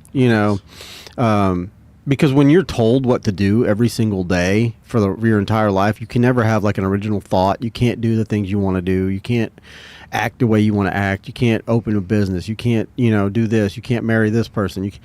There's a lot of restrictions but it does keep people kind of in line, but I don't think that's the government's, place to be telling people what you can and can't do with your life. Yeah. I think that's fucked, and I think, however, when you've seen situations where they've taken people out of power or they were, killed or whatever, and, or whatever the case may be, like, God, what was that guy's name? Shit. There was a big one a while back, like Hillary Clinton was talking. I think it was when Bill was in office, maybe, but, the only thing I can remember is Hillary Clinton's dumbass, like, talking about, we came, we saw, and he died. But this dude, I mean, they went hard on, and I feel like it was in some Hispanic, like, country. I don't recall which one, but gosh, I wish I could. I'm having a brain. Would it be Venezuela? It might have been, but this was years ago. Oh no. This was years ago. Because I think the only ones that I know Gaddafi. That's what it was. They took him out and they put him on a fucking stage and they brutalized him in public. But he killed so many civilians and so many people because they wouldn't bend the knee. Yeah. And it was like almost a necessary evil. But what happens is when Saddam Hussein, when they killed him, there was a power vacuum, and now there's all these other people, his sons, and other like cartels and things like that. They want to come into power, and they just jump up in there and usurp the power, and then now they're worse, and now the people are worse off before if they would have left it alone. However, sometimes if you leave those people alone, it's going to be bad for the world, not just them, but it's hard to see, like in Venezuela, what are your thoughts on what happened over there? I was happy. You were happy? I was happy. Okay. But there's a lot of like, I got a second job. Okay. So retail, and I have a coworker. She's Venezuelan, and she's like, she has mixed emotions. Why? Because she's like, it could either go better or it could go worse. Yeah. Right? Get better. Yeah. So I'm like, but I think what he did was pretty solid because everybody could not do what they're able to do now. Mm-hmm. And she's like, oh no, but like she's worried about who might come into power. Exactly. Right. I'm like, you just gotta be cautious. I think though, like this is what I've heard, that they held an election and the people voted in a president, and then Maduro came in and just said, no, I'm running this shit. Yeah. That's just what I've read. The thing about, like, when he got captured, the lady that was like vice president, oh no, we want him back. I'm like, really? I'm like, you need to calm down. Like, oh, don't do that. You're playing with fire. That's my thought. You're gonna be playing with fire. Well, I mean, there's a lot of videos put out. The crazy part is it was all the people that have never lived there that live here. A lot of white people that were like, but it's because it's Trump. If he does anything, it's fuck you, Trump. This is wrong. You can't do that. But then you see the people, and like I saw so many videos come up on TikTok and on Reels, and it's people that live in Venezuela and that have family there and they moved here from there because of that person, and they're like, this is the best thing that's ever happened, and they're like thanking Trump for doing this. Yep. Obviously he has his own agenda. There's a reason he did that, and I think far be it for me to say that Trump's playing chess, because I'm not sure if he's smart enough to play chess. I'm not saying he's not. I mean, he has run a multi-billion-dollar company for all these years. Of course, he's gone through bankruptcy. That's what everybody likes to say. Like, yeah, but he's still around. Trump Towers is still out there. That's part of business. It's part of business. There's a lot of huge businesses that have gone through bankruptcy. I'm not even a huge business, and I've gone through bankruptcy. I don't know what that is yet. You don't want to. You don't want to. Try not to ever find out. I'm sure it affects the big billionaires way less than it affects my little ass. Okay, but it's something that he said to Hillary Clinton. I think it was during the debates they were having, and she was like saying, she's like, well, you're just as corrupt as anybody that you're calling out. And he's like, I know how to use the system that you created just as good as you use the system. Oof. And it was like, ooh, you know what I'm, yeah, but it was true. They all use it and they all abuse it. And especially the people up there that are making the rules, bro, you don't think they make rules so that they can benefit from it? Like, come on now. That's like, right now you're talking about him, it's like one thing that he was saying that to me was like BS. He was like, oh yeah, going back to the autism thing, he's like, oh, it's because these pregnant women are taking what is it, ibuprofen or Tylenol. I'm like, bro, where do you come up with this? Like, where's the evidence?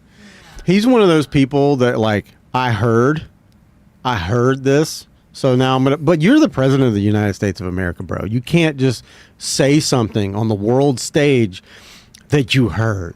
And people are doing their own research, right? Like literally, you have at your expense, at your fingertips, you have experts all the time that can tell you the truth. Yeah. That can tell you, hey, this is the research. Don't just go winging it. He's pretty good on the mic. Like if you set him down without a teleprompter, he can rattle and just talk, and it's pretty coherent. Not like his opponent in the last election. That shit was like, what the hell are you talking about, lady? Like it was the cloud for me when she was talking about the cloud. Oh yeah. Like all your information, it's in a cloud and it's in the sky. And then there's like the time thing, like half the shit she said. There's like I'm sure there's compilation videos, but I'm not saying we're better off or worse off, but I can tell you that lady did not to be our president. Like that was not okay, and the way they did it was not good either. Like you cannot have someone come in that didn't win a primary. Like you can't do that. That's against the rules. Like you're skirting the system here, buddy. But anyways, I ain't trying to get political because I am fucking stupid. Okay, I know my limitations. So I don't like to get political. I just talk about like it's like armchair, kind of politics. Like if we were sitting, a couple of grumpy old men sitting on a porch having a coffee. Well, Trump, this and that and the other, But I don't support him or I don't like him or hate him. But to my first. What I had said originally is just no matter who's in that chair, no matter who's in office, I hope that they're going to do the best job that they possibly can. And I think what's the hardest part is the fact that I get to thinking that a lot of times that our president is just like a figurehead because the machine is way bigger. The machine is so much bigger. And I think you get into that office and they take you in a little room and they show you like the real footage of JFK being shot. And they're like, you learn things and they're like, okay, any questions? Like, this is how we operate. So you may have had all these grand designs in the beginning, but this is what's really going to happen. Because like, if you look at like Obama, okay, he won like the Nobel Peace Prize. Okay. And immediately upon getting into office, starts drone bombing people in other countries. Like I think he had the most drone strikes of any president ever. And it's like, Nobel Peace Prize is my ass. You know, like, what are you talking about? Is this how we doing it? But then, you know what I'm saying? But then he gets, then they criticize Trump for like, the guy that they usurped, he's still alive. He's just in prison. Exactly. You know what I'm saying? They didn't drone bomb anybody. They did it tactically. Of course. Not good. You know, his, and that's the thing. Like everybody's complaining about is like, oh, he said no new wars, and here we are. We're fucking in war. But I don't think you have a choice. I really don't. I think you have all these great ideals. You want to do good things for people, and then the machine goes, no, no, no, no, no. That's not how we operate. You can't just be out here soloing. You know, that's not how shit works. He tried. You know, but it's just not going to happen. Didn't work. No, it's not going to happen. And as soon as he's gone in 3 years, they'll just go right back in and put another puppet in there, and we'll just be right back to what we're doing. You know, and I think that's the thing that people don't like is he is not a puppet. You know, he says oh my God, he says off the wall shit. And sometimes you're like, did that motherfucker just say that? Did you really just say that? Like what? Trust me, I know. He threw toilet paper. He did what now? He threw toilet paper with Maria here. He's like, oh, here, toilet paper for you. Toilet paper for you. He did? Yes. I don't remember that. I think it was toilet paper or bounty or something like that. I was like, bro, oh my God. Yeah. I don't know. This whole world's a little weird. And like, you know, a conspiracy theory. What do you think about the simulation theory that we're in a simulation right now? I will not be in pain every day, but well, that's what I'm saying. If this is a simulation, like whoever's running this sim sucks at the game. Yeah. Like this is not good. Like, brother, you need to practice. Put it back on easy mode. Like, what are we doing? You got me on like super extra hard mode, and I'm not equipped. I don't have all the equipment. Okay, like I don't got the GTA codes for this. Okay? No, dude, I need that. What is that unlimited wealth or whatever code? You know, like hit me with that 40,000 dog. You know what I mean? Like, I feel like there's something going on here. But like I look at things and you see some of the weird shit that's going on in the world, and you're like, that can't be real. That can't be real. That cannot have just happened. Oh, but it's real. But it is real. You know. But yeah, I mean, it makes you worry about like you see all the stuff that's going on in the world and other countries, and you're like, God, man, what is this? You know, it's almost apocalyptic. See, a lot of people would judge me when I tell them like, if there's any place that I will go to besides America, be like Tokyo or something like that. Studies are much better. Mm-hmm. Health is like health coverage, and healthcare, much better. Job wise, there's always jobs. Overpopulated, but there's always jobs. But it's like it's like 10-1 women to men, or is that China? It might be China. China, I think that's China. China. I know that they had like this 2-child limit thing, and, and now they're like hurting for people. That's Japan. It is Japan. Okay. Because Japan's population is like slowly decreasing. Right. And why? I'm not 100% sure. Right? Well, because it takes is one generation, but they've been doing it for multiple generations, and now they've lifted that. You can have as many kids as you want, but it may be too late, and that's something that Elon was talking about. Yeah. You know. And I tend to listen to one of the smartest persons in the world. He may be weird, you know, and he's autistic. I think he is autistic. He is. I think, but he's probably one of the. I mean, who else have you ever known in my entire life? I've never seen anybody shoot rockets into space, create a car, you know, a vehicle company out of scratch. He's boring holes under LA so people can drive, you know about that tunnel that he's building. I mean, he's got all these companies that he started and all these things that he's took over Twitter, and, you know, and he created a new Grok, you know, he's got his own AI, and there's just so much that he's just in charge of all the time. And I don't know where he finds the time, like 35 times a day to make tweets on Twitter, like, or on X. Like, where do you find time to do that, son? Is that autism, bro? It is. I'm telling you, like, a lot of people be like, that's why this man he's like a very dangerous man to be like as an enemy. Yeah. Bro, because when that autism hits, man, it hits. Mm-hmm. And he even said it himself, like, you know, it's not me, it's just something I can control. I don't think he does like the whole enemy thing though. No, it's a figure of speech. No, I know. But yeah, if he were, but I don't think that's his character.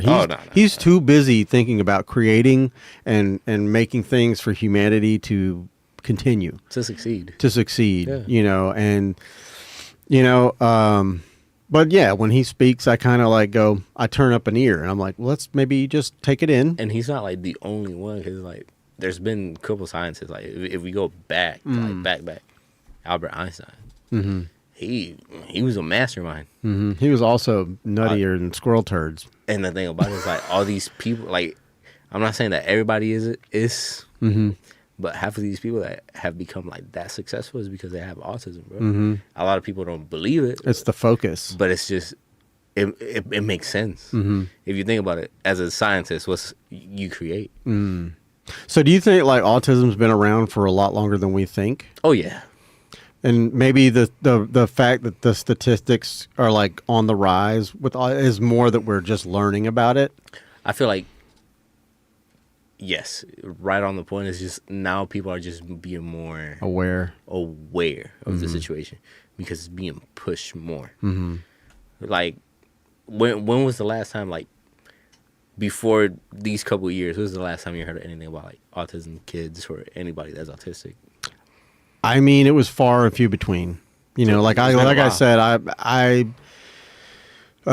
back in 2016, I started allowing myself to kind of date, after my divorce, and like, What is that?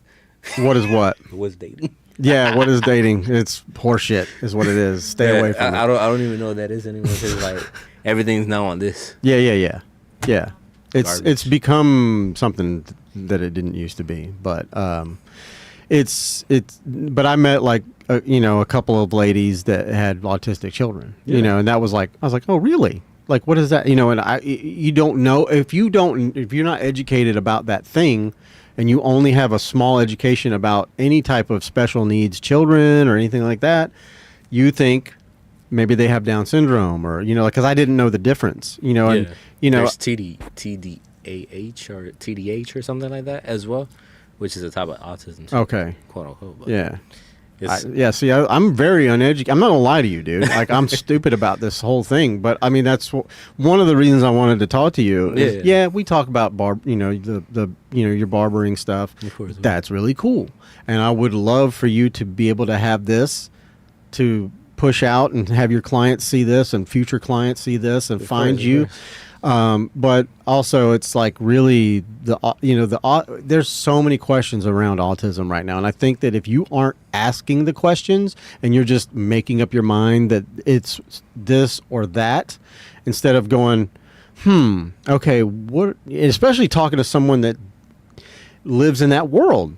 Oh, man, I breathe it. Yeah, but that's what I'm saying. More people need to be asking questions. Oh yeah, definitely. I question everything. This is probably one of the biggest reasons why I started this podcast. Is like I have a lot of questions. Yeah, of course.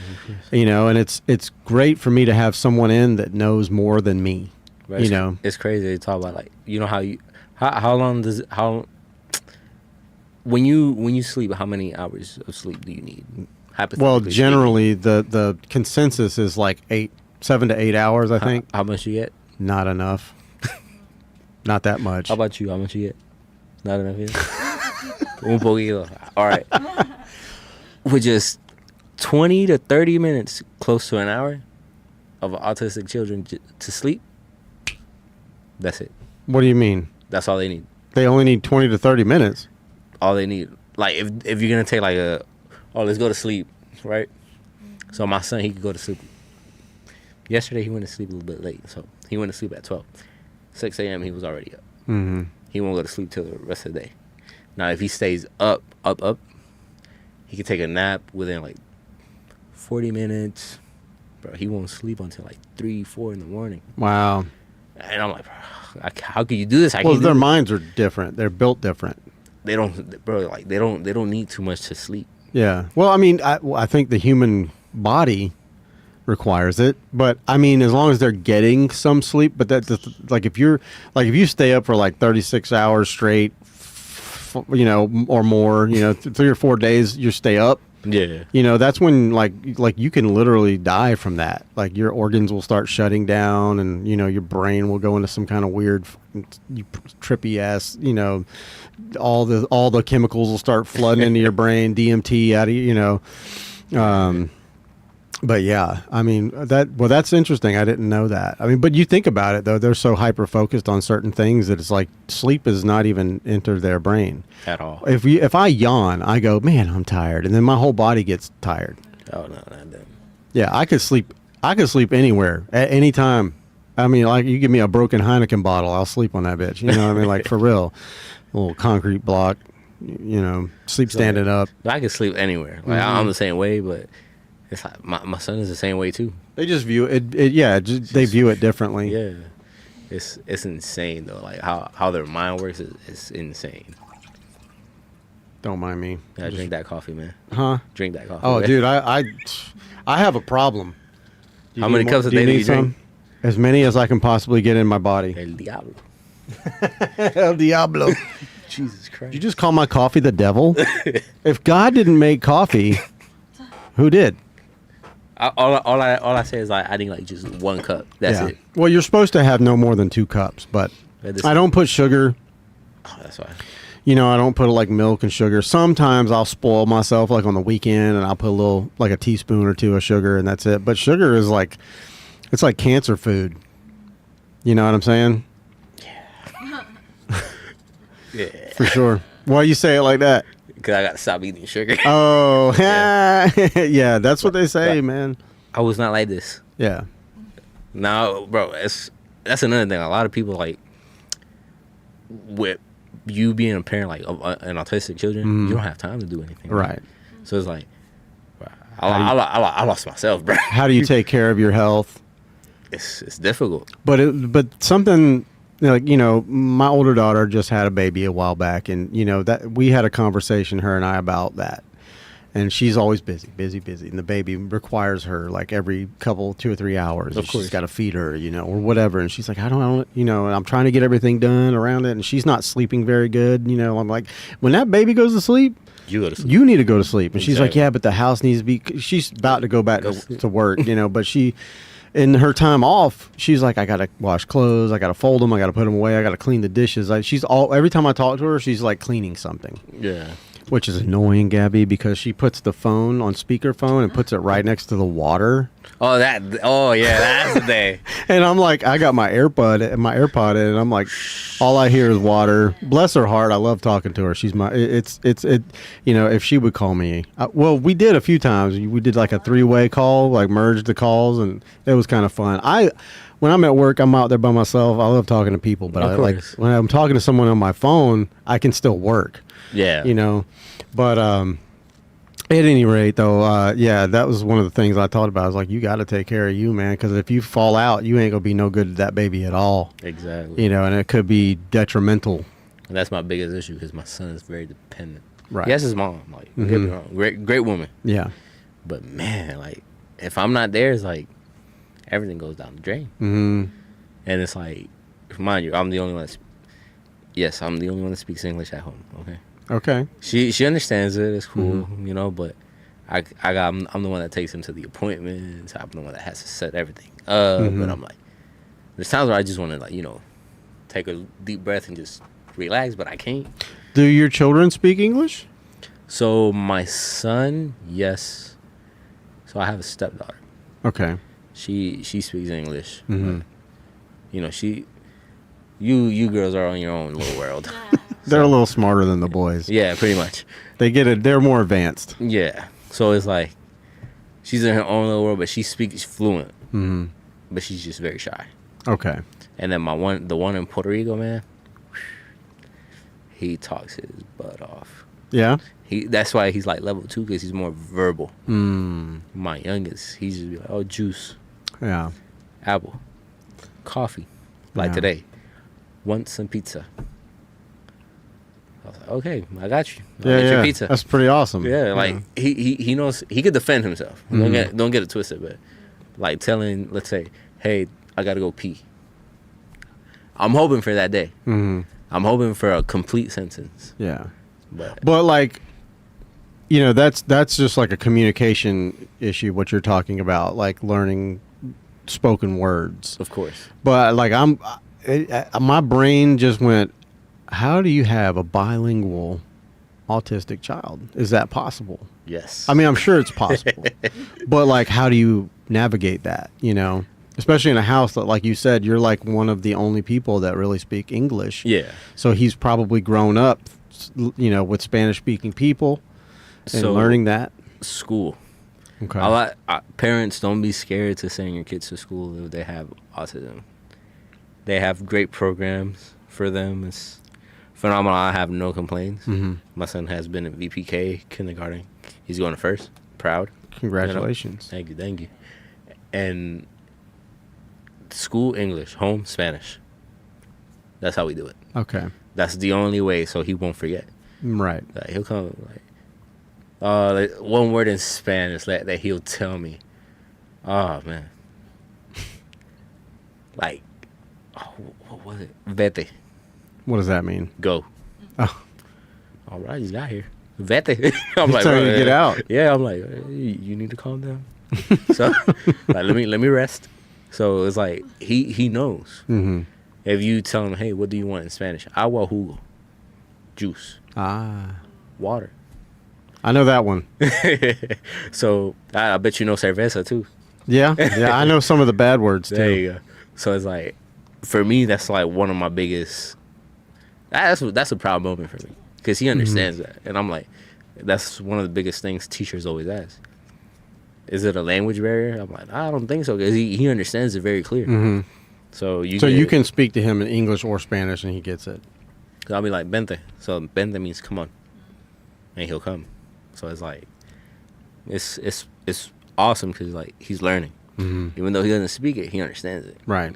So I don't have an issue with that because home, like I said, Spanish, school English. Yeah. So he's becoming more verbal, or is he? Somewhat. Okay. Somewhat. Not to an extent. Like I still have to like support. Mm-hmm. Like, hey, do you need to go potty? Potty. All right. So he'll go potty.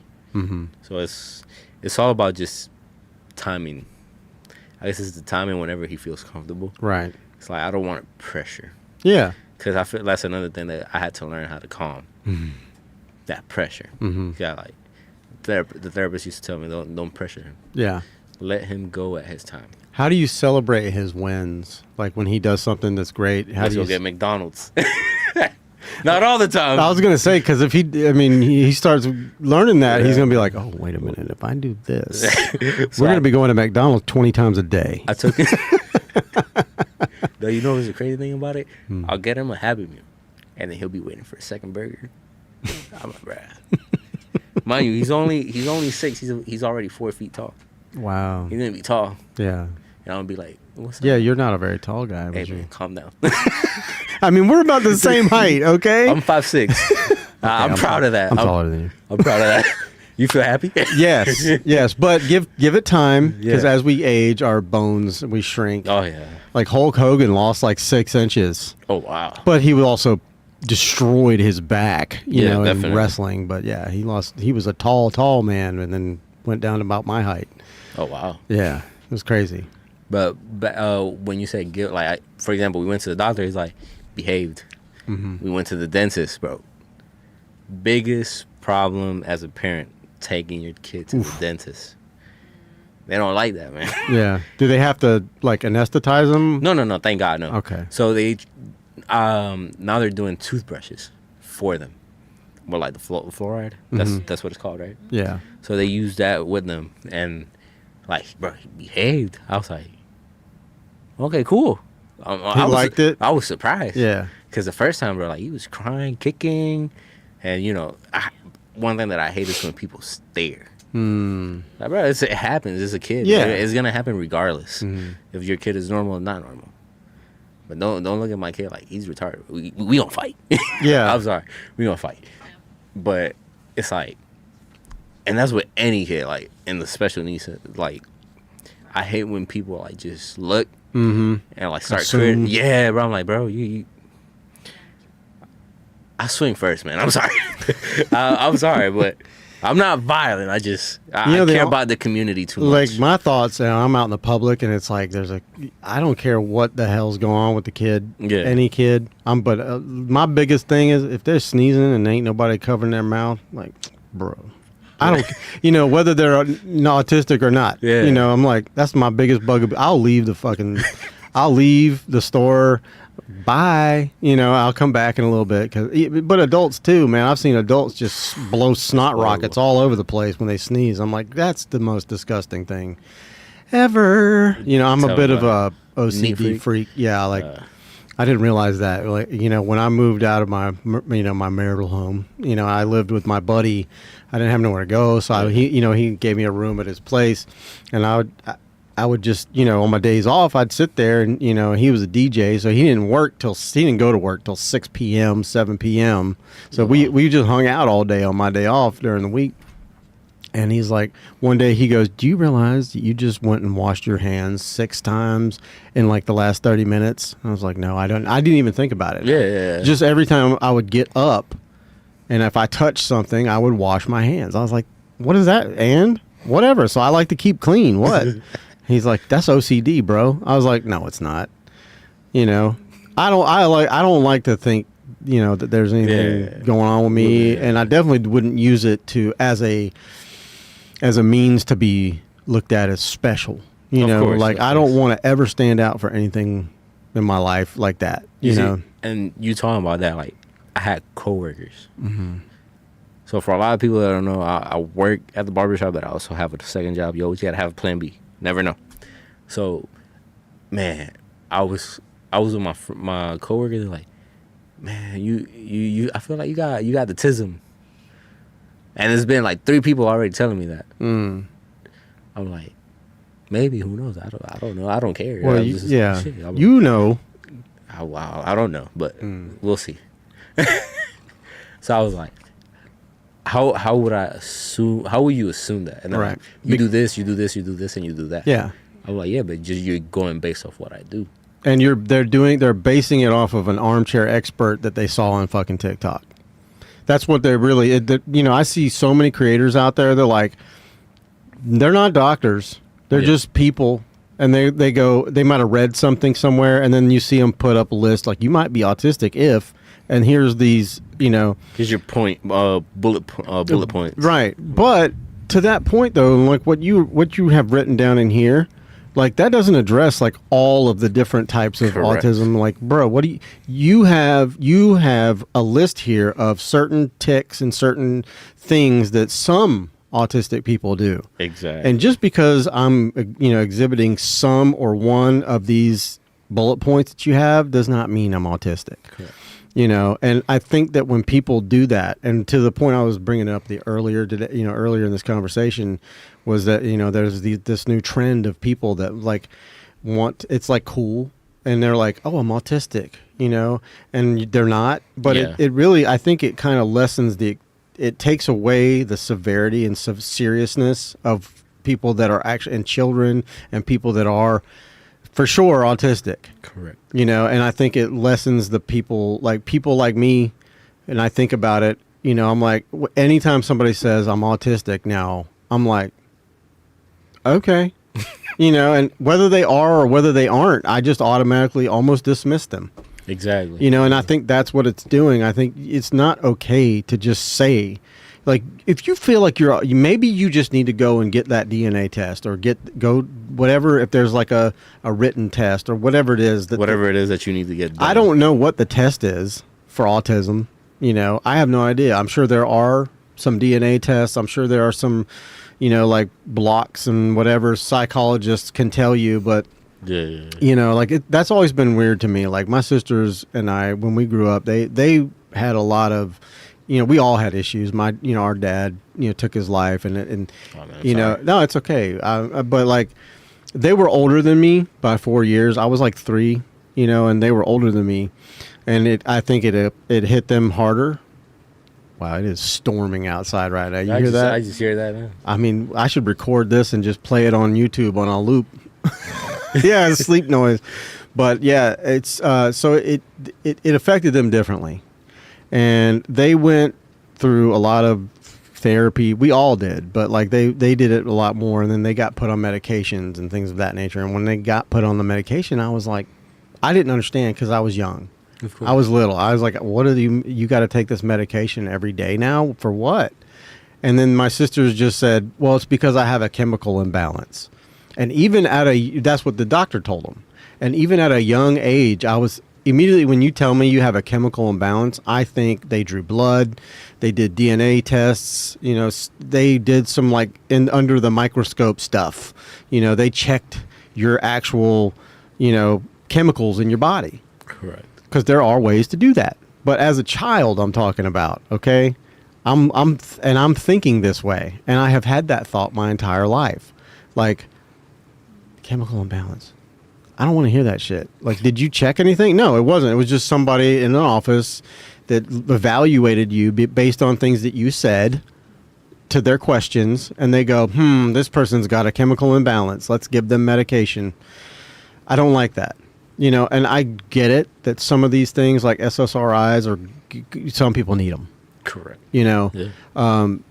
But it's also some of those people that get put on that stuff, it makes them worse, you know, but I don't know, you know, so this is just my thought. I can ramble, dude. I apologize. You good. This is your episode and I'm over here just running my fucking mouth. No, I think a lot. Of course. And that's fine. And I don't always write it down. I don't always remember it until it comes into conversation. Then I'm the same way. I'm an overthinker. Yeah. Oh, and dude, I'm definitely that. Like, for example, like all this stuff I was writing down. I was like, okay, blah, blah. And then while I'm working, stuff comes into my mind. But then, like, I'm like, it goes away. I'm like, man, if I don't, that's what I'm saying. Like, bro, I can't depend on technology, bro. I'm sorry. Yeah. I appreciate it. I love it to an extent, but I can't do it. No. Like, people forget that we didn't become smart because of this. We became smart because of book smarts, man. Right. And I'm very still close to that. This is supposed to help us to stay smart or to be smarter. But the problem is, we let this thing do all the thinking is the problem. So now no one thinks for themselves. It's a little weird. It's a little bit weird. I'm going to be honest with you, man. When I was in Maria, no technology, bro, best time of my life. I bet. Best time of my life. I bet. I was outside I was living with my grandparents at the time. I was with my baby moms at that time too. And it was just like everything was, you know, outside, playing cards, dominoes, looking at, bro, I'm old school, bro. Like, if I could go back to like the 80s, 70s, like, that'd be perfect. Like, looking at the stars, sitting outside in the car, I like that stuff, man. I love that stuff. Now, like, in order for you to have a conversation, be like, what's going on? Right. And you say it while you type it. Like, bro, come on now. I can't do that. I can't do that no more. I got to that point, I was like, let's be physical, man. Yeah. I think we need to get back to that. I think, you know, it's funny when like the hashtag touch grass came out, I thought it was a little silly. And then the more I thought about it, I'm like, no. It makes sense. To me, like the definition I had for that was like, be more in nature, like connect with the world around you. You know, that's why this is important for me to do this. Because, you know, I could Zoom it. We could do it on Zoom. It's not the same. It's not the same. I like to sit and look at you in the face and talk and get to know what you're thinking. Because I have, you know, I don't even want, oh my God, the words that were about to come out of my mouth. I have problems keep holding attention on things like Zoom. Same. You know, like I do a podcast with my friend Tristan on Zoom because he lives in Mayport. Oh, wow. You know, and I live here. And we both have transportation issues, you know. So it's like we wanted to do a podcast and we were like, fuck it, we'll just do it on Zoom. Well, guess what? Yeah, that's cool. But while I'm sitting in here and I'm by myself, I'm listening, I'm looking at him, I'm looking at him, I'm looking at him, and then I'm thinking about, because it's on Zoom, so you see both of our faces, and so I'm like, oh, I need to look at the camera instead of looking up, you know, like, and then you see my eyes looking at me, I start looking at me, and then I start thinking all this other shit, and then I'm like, oh, my phone went off, and I'll be looking up like this and going like this, and I'm not paying attention to half the shit he says. That's true. You know, and so I catch myself, and I'll put the shit to stop. we're doing a thing here. It's only an hour. We literally only talk for an hour. And that's me. Like when I'm home, bro, I touch this, but then I just leave it thrown around. I like spending time with my son, bro. Yeah. It's like a lot of people be like, but I'm the opposite of everybody. I don't know. I don't know if it's because like my dad is my stepfather. Mm-hmm. My stepfather raised me since I was 6 or 4 years old, if I'm not mistaken. And to me, that's my dad, bro. I love that. So, and ever since that, bro, like he's always like, man, I want you to do this. I want you to do that. And like he's a mechanic, bro. Imagine working on cars every day. I was so obsessed with basketball. And he will like take time to play, even though he didn't know how to play. Right. But just to play. Mm-hmm. Right. It's just to get out there. Bro, and once I started getting older, I started realizing like, damn, like all these sacrifices our parents made, and we're so, what's the word? Mal agradecido. I'm trying to think about it in English. Jesus Christ. Oh my God. Do you want me to get a Google Translate? No. I got it. We're like, we took it for granted, basically. So it's like, man, like now I'm realizing like I got to spend time with my kid. Yeah. You're not here tomorrow, bro. Yeah. He taught you a lesson and you didn't even realize it. Exactly. And my mom used to always tell me, oh, what in Spanish? I'm gonna translate in English, man. Cuando seas padre, tú vas a entender. When you're a parent, you're gonna understand. God Almighty. Yeah. Bro. This is something that I try to tell my children and other young people. Of course. Because they're like, people like to crack on me because I'm old. And I'm like, that's cool. How old are you? I'm almost 50. You're not old. So what I'm saying, though, you talk to these little whippersnappers, the 16-year-olds and shit. What? How old are you? 23. She's a baby. 4 years older. You need to relax, okay? You need to relax. SA. No, but you talk to these kids out in the world, like you might bump into them at work or whatever, and they're like, "Oh my God, you're from the 1900s. You're so fucking old." Like, and like Story of my life. right. Imagine where I work at my second job. But what I try to teach them is, guess what? Whether you believe it or not, and you want to understand it, and I'm always that guy. And I know when they turn 40, they're going to be like, that motherfucker was right. And it's and just you talking about that. It's the same thing that happens to me. Yeah. I'm the oldest guy there. I remember never having that thought as a child. Wow, you're so old. I hate the way you... No, I put myself in the company of people that were older than me. It's better. Yeah, I liked hanging out with my grandfather. I learned a lot. He would tell me stories. I mean, he was in I think World War II. Oh, so was my great grandfather. Yeah, so it's like, he didn't like talk about the gory stuff. Yeah. Because they did stuff that you don't want to know about. But, I'm the opposite. But you're pawpaw. You don't want to tell your grandkid that I cut this dude's head off or whatever the hell they did over there. I don't know. I'm sure it got brutal. It was intense. Let's go with that. Yeah, it was really intense. I'm here now. We're good. We're not suffering. Right. So, but you just teaches you about life. Because if I at an early age, I realized that people my age had nothing to offer. As a child, I knew that these people are full of shit. They don't know what they're talking about, and they have nothing to offer me. They have no lessons for me. And I'm glad that you touched that point, because if you look, it's like I tell. So I got little friends, my little homies. That's what I call them. Say hello to my little friend. Literally. Yeah, what's up, Holmes? Anyway, so I was like, oh man, I just broke up with my girl. I'm like, first of all, you guys have a lot of time.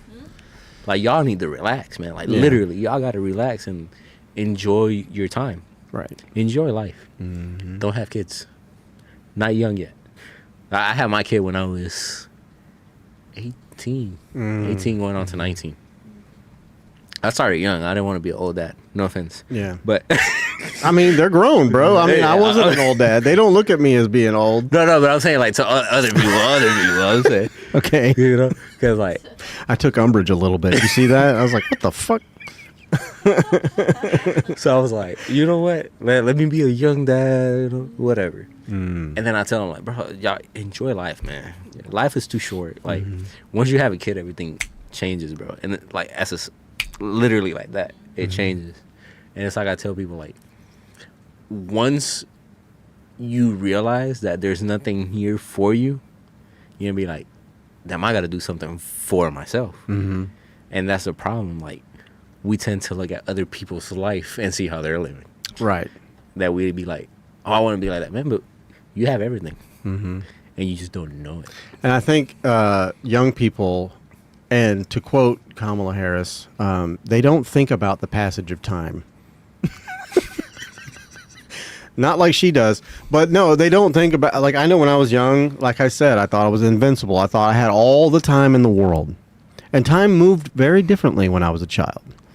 Because we spend so much of our time at work, paying bills, doing this. It's like, I thought about it the other day, it's like, the only spare time that I do have, like, I'm just zonked.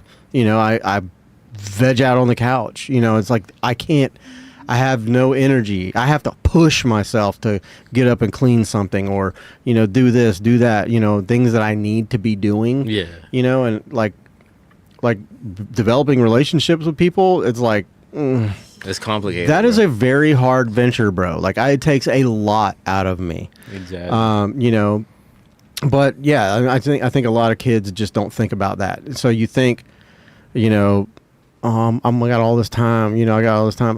They don't even think about the fact that they don't have this time. You know, they just keep living their life, you know, which I think that bliss is a little bit good. I love that kids have that, like, you know, that a little bit of bliss about things. Like, they don't really have to think about that. They don't have to think about all the consequences that life brings and all the trials and tribulations that they're going to be going through as adults or young adults. They're just out. And they're playing, and that's what I think kids need to be doing from certain ages. You know, from the age that they're able to walk to the age that they're, like, you know, maybe developing as a young adult. Yeah, you know, yeah. like 14 through 16, I think are their most formative years. Maybe younger than that. Maybe more. The stages are like 11 through 16. Those years are the years that sort of define when they're trying to figure out who they are as a person. Yeah. And that is all, I mean, like, I know for her that, you know, that was about the time that, like, her mother and I split. And so it was like, she didn't have a lot of that time to really think about who she was, because she was dealing with hurt, dealing with pain, dealing with anxiety that she's like, why am I feeling these things? You know, like, what is anxiety? Like, what is this emotion that I'm having? Is it an emotion or is this a physical reaction? You know what I mean? So it's like, they go through it, there's just so much shit out there in the world, and then you tack the friggin' internet on, and you're getting all this stuff from other countries, and the human mind, I truly believe we are not set up to have that much information all at once. Yeah. And I agree, because, like, I'm gonna be honest with you, bro. Like, there was a point in my life where I was, like, very, you know what I mean? But then I don't know what you mean, but we're gonna say, okay, Yeah. continue on. So it's like, man, I thought everything was just horrible. I guess overstressed. I'm not sure. I don't know what to call it. Excuses or whatever. It is what it is. But then it's like, one glance at my child, I was like, I can't do this, bro. Like, this little kid needs me. Like, and sometimes that's the thing. Like, you know how that figure of speech that says, "Oh, my kids need me." Nah, bro. I don't think it works like that. I think it's the other way around. I need my kids. Yeah, well, yeah. Because it's like, even in your toughest moment in life, bro, like, the only people that are there are them. Yeah. Like, I always look at this, and I always stick to this phrase, and it's something that I made up. Friends are like a dollar bill, bro. They come and they go. Yeah. I'm sorry, but it's reality. It's true. But then if you got genuine people that care for you, Yeah. everything changes, bro. Well, the thing with children is that, like, as they're growing and they look up to you, like, physically and, you know, so literally everything, they look up to you. and they see everything you're doing. You're on a stage, and a lot of parents don't think about that. They don't think about all the little micro things that they do, all the little small things that they do. The kids are watching, and it's developing inside their little brains that, oh, that's what my daddy does, or that's what my mommy does. So that's what I need to do.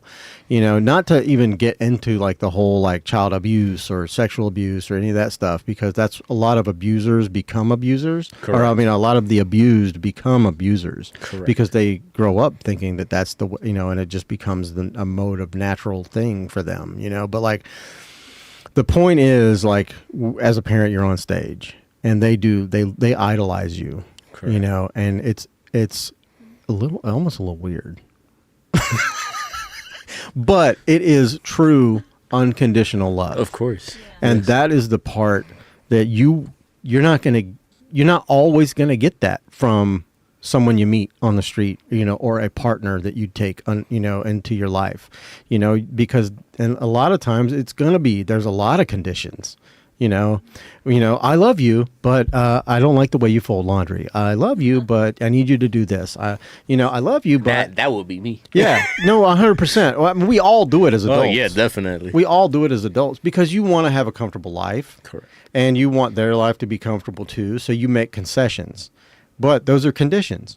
But with kids, they love you unconditionally. For who you are. They're- You don't got to change. You could piss them off and take away their Game Boy or do whatever the fuck it is that you do. You know, you put them in timeout, you spank them. You know, that's not allowed anymore. But you know, whatever it may be, you do what you do as a parent. But no matter what you do, Yeah. they're gonna love you. Of course. At the end of the day, like I used to get so mad at my mom, and I would go in. She'd tell me to go in my room, and I'd go in my room and put my head in my pillow and just cuss her the fuck out. Okay. You want to hear? You want to hear the story? I realized that my mothers have super hearing. Okay, and I mean, I'm whispering it into my pillow. I'm, Careless whispers. you know, and I'm just in there. Oh, And I couldn't even hear myself. And she'd come bang open the door. What did you say? Nothing. I didn't say nothing.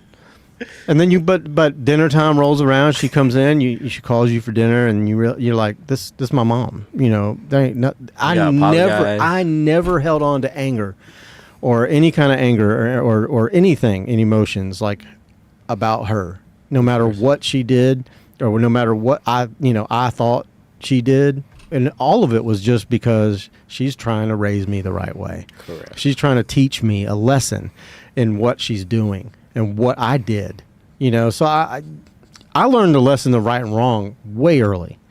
You know, it didn't stop me from doing a lot of the wrong shit and testing the boundaries, because that's what you do as a kid. You're curious. You're excited about what's going on in the wait a minute. What does this do? Yeah, why don't you want me to touch that iron? Why don't you want me to touch that stove? Yeah. I'm gonna find out. This one found out. I used to iron my clothes every day for work, and I left that shit sitting on the thing, and she walked over and was like, "That looks pretty fucking." Everything else in the house, all of the other things. But she had to use that. There's a stereo over there. There's a remote control over here. You could have touched the dishwasher, anything. Nope. She went right to that thing and slapped that thing 5. That's wild. And she found out about it. You know. Found out the hard way. Yeah, don't touch the stove, dog. That'd be my mom, bro. My mom, bro. I love my mom to death, bro. Yeah. I'm telling you, bro. If it wasn't because of my mom, bro, obviously my father too. Mm-hmm. But my mom, bro, she's like, you're gonna be a barber. Like, you're gonna be a stylist. Mm. I'm gonna tell you why. I don't know how old I was. I don't even know. My little sister's like, oh, cut my hair. Oh shit. Yeah. Here we go. Scissors. Guess where I hid the hair? Under the bed. You had a pile of hair under the bed. Yeah. So she found out, why is her hair so different? It's like, oh my God, my ass was whooped, bro. Like, whooped. And she was like, because I took culinary arts, bro. Uh-huh. I'm a chef and stuff like that, but I hated it, bro. Oh yeah, that wasn't your forte. I like cooking. But I'm sorry, like, Americanized cooking is horrible. Yeah. No offense. Mm-hmm. But like, if you go back home, like me, like, you know, you get some sofrito in there, some adobo and stuff like that. But here it's just like frozen. I'm like, I can't Yeah. do this. No, dude, I had a Hispanic friend. I think I think they were Mexican. Bro, I loved going over to their house. That was the first time I ever ate what is it? Where they wrap it in the corn? Fajita. No. Tamales. Tamales. Tamales. Yeah. I've eaten them frozen. Bro. From Sam's. Yeah, his mom would make them, and she loved to feed me. She thought she loved my ass. So you were the Yeah. adopted white boy. Yes, I was that 100%. Yeah. My mom did that with one of my friends. This little black kid. He's like, he's my son too. I'm like, God. Yep. Bro, I couldn't go to that house without her trying to feed me something. That's I typical. loved it though. Because she would make these things and then put them in the freezer, and she's like, "Oh, I can thaw them right out.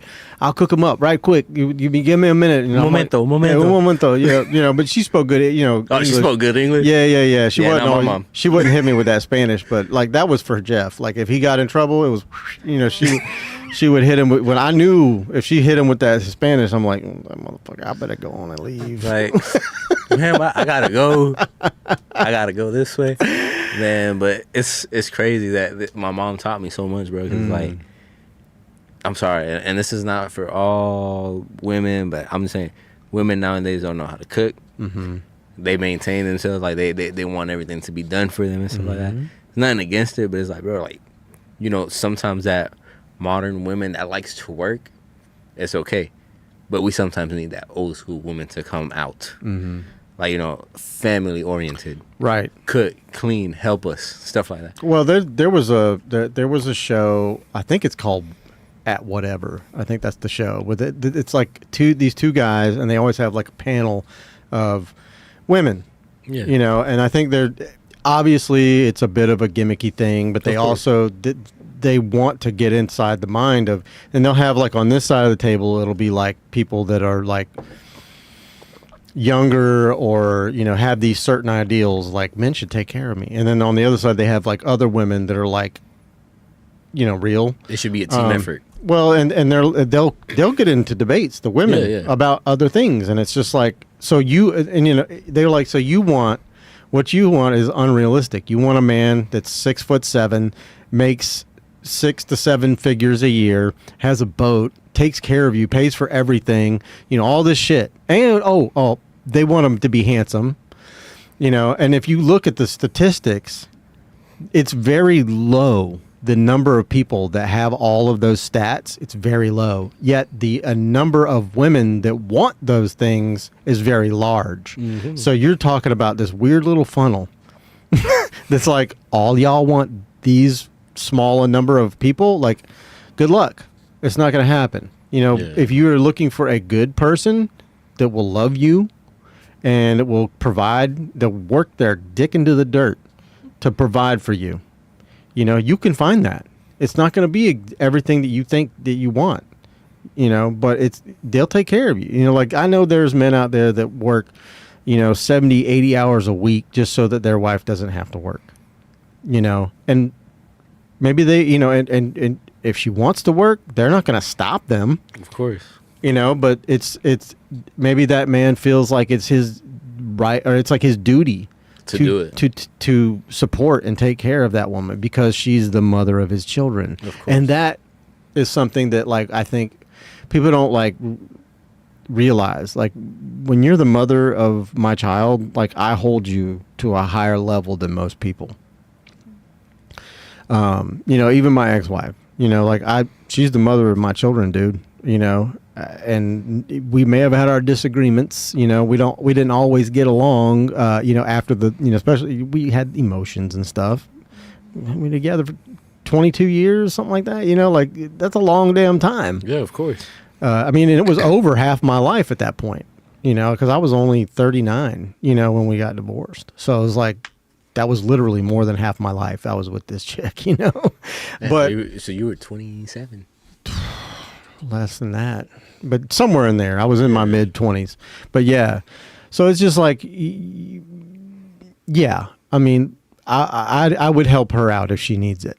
to this You day. have expectations, bro. But yeah, but what I'm saying though is that like people don't understand the level. Like they get pissed off because they're like, oh, you're misogynistic, you're toxic male, because you want me to stay at home and take care of the kids and cook dinner, but I want to have a life too. And I'm like, okay, that's cool. Go work. Yeah. But understand, there's still responsibilities when you come back to this house. Of course. I work, 50 plus hours a week, but yet and still I come back and I take care of things in the house. If course. you need an oil change, I'm going to make sure that happens. I don't cut my own grass, but I call the guy that does, That's me, by the way. I'm joking.